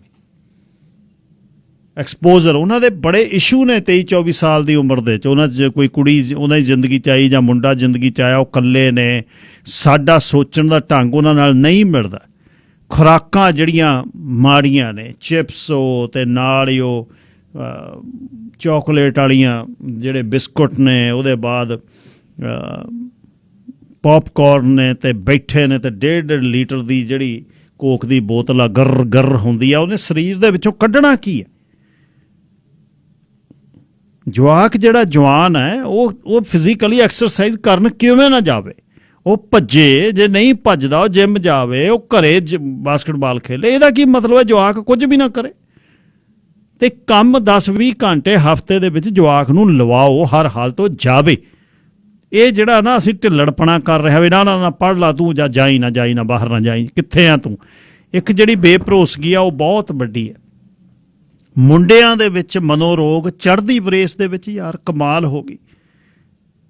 ਧੀਆਂ ਧਿਆਣੀਆਂ ਹਲੇ ਫੇਰ ਵੀ ਠੀਕ ਨੇ, ਮਾਪਿਆਂ ਨਾਲ ਕੰਮ ਕਰਾਉਂਦੀਆਂ, ਗਰੋਸਰੀ ਕਰਦੀਆਂ, ਭੱਜ ਨੱਠ 'ਚ ਬੱਚਾ ਤੁਹਾਡਾ ਜਿਹੜਾ ਘੱਟੋ ਘੱਟ ਜੇ ਹੋਰ ਜਵਾਕ ਨਹੀਂ ਕਰਦਾ, ਕੰਮ ਨਹੀਂ ਕਰਦਾ, ਘੱਟੋ ਘੱਟ 2 ਘੰਟੇ ਜਿੰਮ ਤਾਂ ਜਾਵੇ ਯਾਰ। ਜਵਾਨ ਜਵਾਕ ਆ, ਕੋਈ ਤੁਰਦੇ ਦਾ ਪਤਾ ਤਾਂ ਲੱਗੇ ਜਵਾਕ ਤੁਰਿਆ ਆਉਂਦਾ। ਲੱਤਾਂ ਢਿੱਲੀਆਂ ਛੱਡੀਆਂ ਨੇ, ਗੋਡਿਆਂ 'ਚ ਭੂਰਾ ਬਲ ਨਹੀਂ ਪਾਉਂਦੇ, ਢਿੱਡ ਹੋਰੇ ਕਿਵੇਂ ਕਰ ਲਿਆ, ਪਿੱਛੋਂ ਫਲੈਟ ਜੇ ਹੋ ਗਏ, ਪਤਾ ਨਹੀਂ ਕਿਹੜੀ ਕਹਾਣੀ ਕੀ ਚੱਲੀ ਹੋਈ ਹੈ। ਇਹ ਜਿਹੜਾ ਜਵਾਕਾਂ 'ਚ ਬਹੁਤ ਵੱਡੇ ਜਿਹੜੇ ਇਸ ਕੰਮ ਦੇ ਵਿੱਚ ਨੇ, ਮਾਨਸਿਕ ਸਿਹਤ ਦੇ ਵਿੱਚ ਨੇ, ਉਹ ਕਹਿੰਦੇ ਸਾਡੇ ਜਵਾਕ ਮਨੋਰੋਗੀ ਹੋ ਰਹੇ ਨੇ, ਕਿਸੇ ਨਾਲ ਬੋਲਣਾ ਨਹੀਂ। ਉਮਰ ਵਿਆਹ ਦੀ, ਜਿਹੜਾ ਜਵਾਕ 24 ਤੋਂ 28 ਦੇ ਵਿੱਚ 29 ਦੇ ਵਿੱਚ ਵਿਆਹ ਨਹੀਂ 5-4 ਸਾਲਾਂ 'ਚ ਕਰਾਉਂਦਾ, ਵਿਆਹ ਨਹੀਂ ਕਰਾਉਂਦਾ, ਉਹਦਾ ਕੋਈ ਜੀਵਨ ਸਾਥੀ ਨਹੀਂ ਹੈ ਨਹੀਂ ਜੇ ਕੋਈ। ਮੈਂ ਚਲੋ ਇਹ ਨਹੀਂ ਕਹਿੰਦਾ ਵੀ ਵਿਆਹ ਦੇ ਨਾਲ ਇਹ ਸਭ ਕੁਝ ਸੰਪੂਰਨਤਾ, ਪਰ ਉਹਦੀ ਜ਼ਿੰਦਗੀ 'ਚ ਉਹ ਉਮਰ ਦੇ ਵਿੱਚ ਕੋਈ ਉਹਦਾ ਸਾਥ ਚਾਹੀਦਾ। ਇਹ ਵੀ ਬਹੁਤ ਵੱਡਾ ਇਸ਼ੂ ਹੈ। ਵਿਆਹ ਨਹੀਂ ਹੋ ਰਹੇ, ਬਾਹਲੇ ਸਾਊ ਜਵਾਕਾਂ ਦੇ ਵਿਆਹ ਨਹੀਂ ਹੋ ਰਹੇ, ਕੁੜੀਆਂ ਨੂੰ ਸਾਊ ਵੱਧ, ਕੁੜੀਆਂ ਨੂੰ ਮੁੰਡੇ ਨਹੀਂ ਮਿਲ ਰਹੇ, ਬਾਹਲੇ ਮੁੰਡੇ ਜਿਹੜੇ ਸਾਊ ਨੇ ਉਹਨਾਂ ਨੂੰ ਕੁੜੀਆਂ ਨਹੀਂ ਮਿਲ ਰਹੀਆਂ। ਸੋ ਸਾਰਾ ਕੁਛ ਸੰਪੂਰਨਤਾ ਵਾਲੇ ਪਾਸੇ ਲਿਜਾਣ ਲਈ ਜੇ ਕਈ ਵਾਰ ਇਹੋ ਜਿਹੀ ਗੱਲ ਮਾਪੇ ਨੂੰ ਕਰਨੀ ਚਾਹੀਦੀ ਹੈ, ਮਾਪਾ ਪੁੱਤ ਨੂੰ ਬੈਠ ਕੇ ਗੱਲ ਕਰੇ, ਗੱਲ ਸੁਣੋ, ਆ ਜਵਾਨੀ ਦੇ ਦਿਨ ਨੇ ਤੇਰੇ ਜੀਵਨ ਕੋਈ ਸਾਥੀ ਚਾਹੀਦਾ, ਤੂੰ ਕਰਦਾ ਕੀ ਫਿਰਦਾ ਯਾਰ। ਮਾਂ ਧੀ ਨੂੰ ਕਹੇ ਪੁੱਤ ਤੇਰੀ ਜ਼ਿੰਦਗੀ ਦੇ ਵਿੱਚ ਤੂੰ ਵਿਆਹ ਕਰਾਉਣਾ ਹੈ, ਕੋਈ ਤੈਨੂੰ ਜ਼ਿੰਦਗੀ ਦੇ ਵਿੱਚ ਕੋਈ ਮੁੰਡਾ ਵਧੀਆ ਲੱਗਦਾ, ਇਹ ਗੱਲਾਂ ਕਰੋ ਜਵਾਕਾਂ ਦੇ ਨਾਲ। ਹਰ ਇੱਕ ਚੀਜ਼ 'ਚ ਇੱਜ਼ਤਾਂ, ਹਰ ਇੱਕ ਚੀਜ਼ 'ਚ ਅਣਖਾਂ ਦੀ ਗੱਲ ਨਹੀਂ ਹੁੰਦੀ। ਇਹ ਇੱਜ਼ਤਾਂ ਤੇ ਅਣਖਾਂ ਦੇ ਨਾਲ ਹੀ ਚੀਜ਼ਾਂ ਨੇ। ਕੱਲ੍ਹ ਨੂੰ ਜਦੋਂ ਲਿਆ ਕੇ ਕਹਿੰਦੇ ਨੇ ਵੀ ਆ ਜਾਓ ਵਿਆਹ 'ਤੇ ਆਉਣਾ, ਇਸ ਦਾ ਕੋਰਟ ਮੈਰਿਜ 'ਤੇ, ਫਿਰ ਅਸੀਂ ਤਸ਼ਵੀਹਾਂ ਦਿੰਦੇ ਹਾਂ, ਨਹੀਂ ਇਹ ਤਾਂ ਚਿਰ ਦੇ ਆਏ ਹੋਏ ਨੇ ਕੈਨੇਡਾ, 30 ਸਾਲ ਹੋ ਗਏ ਇਹਨਾਂ ਨੂੰ ਆਇਆ ਨੂੰ, ਇਹਨਾਂ ਦਾ ਬੜਾ ਫਰਕ ਨਹੀਂ ਹੋਣਾ, ਆਪਣੇ ਵਰਗੇ ਹੀ ਨੇ। ਇਹ ਨਹੀਂ ਗੱਲਾਂ ਹੁੰਦੀਆਂ। ਕੋਸ਼ਿਸ਼ ਕਰੋ ਉਹਨਾਂ ਨੂੰ ਉਹਨਾਂ ਦੀ ਉਮਰ ਦੇ ਹਿਸਾਬ ਦੇ ਨਾਲ ਕੁਝ ਨਾ ਕੁਝ ਦੱਸਿਆ ਜਾਵੇ। 604-204-0600 ਕਈ ਵਾਰ ਸੰਵੇਦਨਸ਼ੀਲ ਇਹੋ ਜਿਹਾ ਮਸਲਾ ਹੁੰਦਾ, ਤੁਸੀਂ ਉਸ 'ਤੇ ਗੱਲ ਨਹੀਂ ਕਰਦੇ, ਪਰ ਜੇ ਕੁਛ ਗੱਲ ਕਰਨੀ ਚਾਹੋ ਤਾਂ ਹੁਣ ਕਰ ਸਕਦੇ ਹੋ। ਇਸ ਸ਼ੋਅ ਦੇ ਹਰਜੀਤ ਸਿੰਘ ਗਿੱਲ ਸ਼ੋਅ ਦੇ ਇਸ ਘੰਟੇ ਨੂੰ ਦਿਲਾਵਰੀ ਆਟੋ ਗਰੁੱਪ ਤੁਹਾਡੇ ਤੱਕ ਲੈ ਕੇ ਆ ਰਿਹਾ। ਦਿਲਾਵਰੀ ਆਟੋ ਗਰੁੱਪ ਵੱਡੀ ਡੀਲਰਸ਼ਿਪ ਆ ਕੈਨੇਡਾ ਦੀ, ਤੇ ਲੈਂਗਲੀ ਬਾਈਪਾਸ ਤੇ ਇਹਨਾਂ ਕਈ ਡੀਲਰਸ਼ਿਪਾਂ ਦੇ ਸਾਡੇ ਮੈਨੇਜਰ ਨੇ ਨੈਵ ਟੀਨਸਾ, ਉਹਨਾਂ ਨੂੰ ਤੁਸੀਂ ਮਿਲ ਸਕਦੇ ਹੋ ਜੋ ਕੋਈ ਕਾਰ ਲੈਣੀ ਹੈ ਦਿਲਾਵਰੀ ਗਰੁੱਪ ਤੋਂ। ਜੈਰੀ ਬਰਾੜ ਪ੍ਰੋਗਰਾਮ ਦੇ ਸਪਾਂਸਰ ਨੇ, first time buyer, bad credit ਹੈ, ਰੈਜ਼ੀਡੈਂਸ਼ੀਅਲ ਕਮਰਸ਼ੀਅਲ ਕੰਸਟਰਕਸ਼ਨ ਮਾਰਗੇਜ ਲੈਣੀ ਆ, ਅਪਰੂਵਡ ਦਾ ਨਾਰਾ ਲਾਉਂਦੇ ਨੇ। 604 762 8899 ਜੈਰੀ ਬਰਾੜ ਨਾਲ ਤੁਸੀਂ ਗੱਲਬਾਤ ਕਰਿਓ। Parminder Singh Thind think insurance 604 828 7213। Alberta BC ਸੇਵਾਵਾਂ life insurance, critical illness, mortgage, super visa, disability ਦੀ ਇੰਸ਼ੋਰੈਂਸ ਜਿਹੜੀ ਉਹ ਹੁਣ ਟਰਮ ਇੰਸ਼ੋਰੈਂਸ ਸਸਤੀ ਹੈ। 50 ਵਰਿਆਂ ਦਾ ਜਿਹੜਾ ਕੋਈ ਹੈਲਦੀ ਬੰਦਾ ਅੱਧੇ ਕੁ ਮਿਲੀਅਨ ਦੀ ਜੇ ਤੁਸੀਂ ਕਰਾਉਣੀ ਆ 100 ਸਵਾ 100 ਦੇ ਵਿੱਚ ਤੁਹਾਡਾ, ਹਾਂ ਤੁਹਾਡੇ ਤੇ ਜੇ ਕੋਈ ਬਰਡਨ ਹੈ ਨਹੀਂ ਫਿਰ ਕੋਈ ਗੱਲ ਨਹੀਂ। ਜੇ ਤੁਹਾਡੇ ਤੇ ਉੱਪਰ ਕੋਈ ਕਰਜ਼ਾ ਹੈ 5-7 ਲੱਖ ਦਾ ਤਾਂ ਆਪਣਾ ਜਿਹੜਾ ਇੰਸ਼ੋਰੈਂਸ ਕਰਾਉਣੀ ਜ਼ਰੂਰੀ ਹੈ।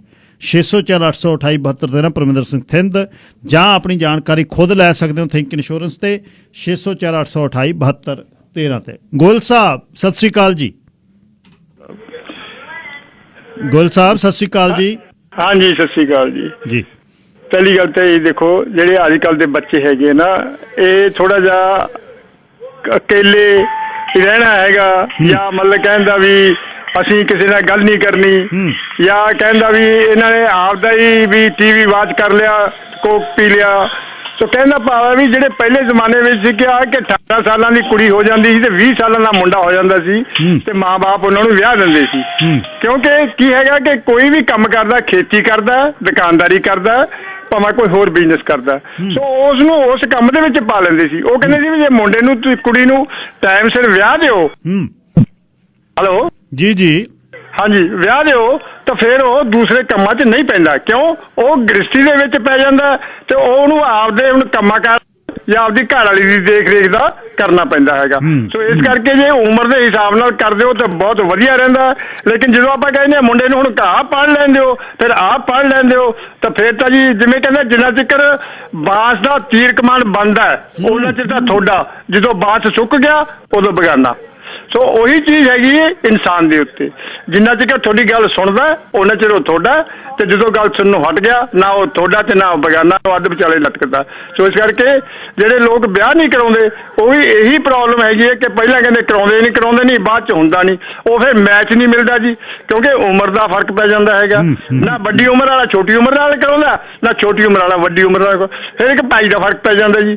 ਜਿਹੜਾ ਜ਼ਿਆਦਾ ਪੜ੍ਹਿਆ ਉਹ ਥੋੜੇ ਪੜ੍ਹੇ ਨਾਲ ਨਹੀਂ ਕਰਾਉਂਦਾ। ਸੋ ਇਹ ਕਰਕੇ ਜਿਹੜੀਆਂ ਗੱਲਾਂ ਹੈਗੀਆਂ ਪ੍ਰੋਬਲਮ ਸਾਰੇ ਹੀ ਆਪਣੇ ਜਿੰਨੇ ਕਿ ਭਾਈਚਾਰੇ ਚਲਾ ਲਓ, ਭਾਵੇਂ ਦੂਜੇ ਭਾਈਚਾਰੇ ਚਲਾ ਲਓ, ਸਾਰੇ ਭਾਈਚਾਰਿਆਂ 'ਚ ਇਹੀ ਪ੍ਰੋਬਲਮ। ਮੇਰੇ ਕੋਲ ਬਹੁਤ ਰਿਸ਼ਤੇ ਆਉਂਦੇ ਆ, ਆਹ ਕਰੋ ਜੀ ਉਹ ਕਰੋ ਜੀ, ਫਿਰ ਉਹ ਮਿਲਦਾ ਨਹੀਂ ਇੱਕ ਦੂਜੇ ਦਾ। ਮੈਂ ਕਿਹਾ ਭਾਈ ਹੁਣ ਤੁਸੀਂ ਆਪੇ ਨਿਬੜੋ, ਜੇ ਤੁਹਾਡਾ ਨਿਬੜਦਾ ਤਾਂ ਨਿਬੜਿਆ ਲਓ, ਛੋਟੀ ਵੱਡੀ ਉਮਰ ਦਾ ਤਾਂ ਇਹਦਾ ਫਰਕ ਰਹੂਗਾ ਹੀ, ਫਿਰ ਸਾਰੀ ਚੁਆਇਸ ਤੁਹਾਡੀ ਪੂਰੀ ਨਹੀਂ ਹੋ ਸਕਦੀ ਜੀ। ਥੈਂਕ ਯੂ ਗੁਲ ਸਾਹਿਬ। ਸੈਮ ਜੀ ਲਾਈਨ ਨੰਬਰ 2। ਸੈਮ ਜੀ ਹਾਂਜੀ ਵੀਰ ਜੀ ਸਤਿ ਸ਼੍ਰੀ ਅਕਾਲ ਜੀ। ਆ ਗਏ ਹਾਂਜੀ। ਜੇ 40-50 ਸਾਲ ਦਾ ਆ ਤੇ ਮੈਂ ਆਪਣੇ ਹਿਸਾਬ ਨਾਲ ਸੋਚਦਾ ਬੱਚਿਆਂ ਬਾਰੇ ਤੇ ਗੱਲ ਬਣਨੀ ਨਹੀਂ ਹੈਗੀ। ਜੇ ਮੈਂ 60-70 ਸਾਲ ਦਾ ਆ ਆਪਣੇ ਹਿਸਾਬ ਨਾਲ ਸੋਚਦਾ ਆ ਇਹ ਗੱਲ ਬਣਨੀ ਨਹੀਂ ਹੈਗੀ, ਤੇ ਉਹਨਾਂ ਦੇ ਵਾਂਗੂ ਸੋਚਣਾ ਪੈਣਾ ਤਾਂ ਇਹ ਗੱਲ ਬਣਨੀ ਆ। ਬਿਲਕੁਲ ਕੋਈ ਸ਼ੱਕ ਨਹੀਂ ਹੈਗੀ ਬੱਚੇ ਡਿਪਰੈਸ਼ਨ 'ਚ ਜਾਂਦੇ ਆ, ਬੱਚਿਆਂ ਦਾ ਸਿਸਟਮ ਚੇਂਜ ਹੋ ਚੁੱਕਿਆ ਆ। ਉਹ ਆਈ ਥਿੰਕ ਉਹਨੂੰ ਤਾਂ ਆਪਾਂ ਬੜਾ ਕੁਛ ਚੇਂਜ ਕਰ ਨਹੀਂ ਸਕਦੇ। ਪੇਰੈਂਟਸ ਕੰਮ ਕਰਦੇ ਆ, ਵੱਧ ਤੋਂ ਵੱਧ ਪੇਰੈਂਟਸ ਨੂੰ ਵੀ ਹੁੰਦਾ ਅਸੀਂ ਰਿਲੈਕਸ ਹੋਈਏ, ਬੱਚਿਆਂ ਨਾਲ ਉਹਨਾਂ ਟਾਈਮ ਸਪੈਂਡ ਨਹੀਂ ਹੋ ਰਿਹਾ ਜੀ, ਔਰ ਅਸੀਂ ਫੇਰ ਵੀ ਸੈਟਲ ਆ, ਇੰਨਾ ਬੱਚੇ ਨੂੰ ਤੰਗ ਵੀ ਨਹੀਂ ਕਰਦੇ ਵੀ ਭੱਜ ਕੇ ਜਾ ਤੂੰ ਕੰਮ ਕਰ। ਪਰ ਇਹ ਚੀਜ਼ਾਂ ਜਿਹੜੀਆਂ ਤੁਸੀਂ ਮੋਸਟਲੀ ਕਵਰ ਕਰ ਗਏ ਸਾਰੀਆਂ, ਮੈਂ ਉਹਦੇ ਵਿੱਚ ਬਾਹਰ ਨਹੀਂ ਕਹਿਣਾ ਵੀ ਇਹਨਾਂ ਨੂੰ ਕੰਮ ਤੇ ਵੀ ਲਾਉਣਾ ਚਾਹੀਦਾ, ਔਰ ਇਹਨਾਂ ਨੂੰ ਇੱਕ ਚੀਜ਼ ਹੋਣਾ ਚਾਹੀਦਾ ਵੀ ਤੁਹਾਡੇ ਘਰ ਜਨਮੇ ਆ, ਵੀ ਇਹ ਨਾ ਕਹਿਣ ਵੀ ਹਾਏ ਅਸੀਂ ਕਿਹਦੇ ਘਰ ਜਨਮ, ਇਹਨੋਂ ਬੈਟਰ ਸੀ ਅਸੀਂ ਕਿਤੇ ਹੋਰ ਜਨਮ ਜਾਂਦੇ। ਅਜਿਹਾ ਨਾ ਹੋਵੇ। ਮੈਂ ਇਹ ਟਾਈਮ ਸਭ ਦੇਖਿਆ ਵੀ ਛਿੱਤਰ ਪੈਂਦੇ ਦੇਖਿਆ, ਕੁੜੀ ਸਿਰਫ ਬਾਹਰ ਕਿਸੇ ਦੇ ਨਾਲ ਚਲੇ ਗਈ, ਤੂੰ ਗਈ ਕਿੱਦਾਂ, ਸਾਡੀ ਖਿਤਾਬ ਕਰਤੀ, ਇੱਜ਼ਤ ਲੁੱਟ ਗਈ। ਇਹ ਚੇਂਜਿੰਗ ਹੋ ਗਈ ਆ, ਬਹੁਤ ਵਧੀਆ ਹੋਇਆ। ਇਹਦੇ ਬਾਰੇ ਜ਼ਰੂਰ ਗੱਲਬਾਤ ਹੁੰਦੀ ਰਹੀ ਆ ਔਰ ਹੋਣੀ ਵੀ ਚਾਹੀਦੀ ਆ।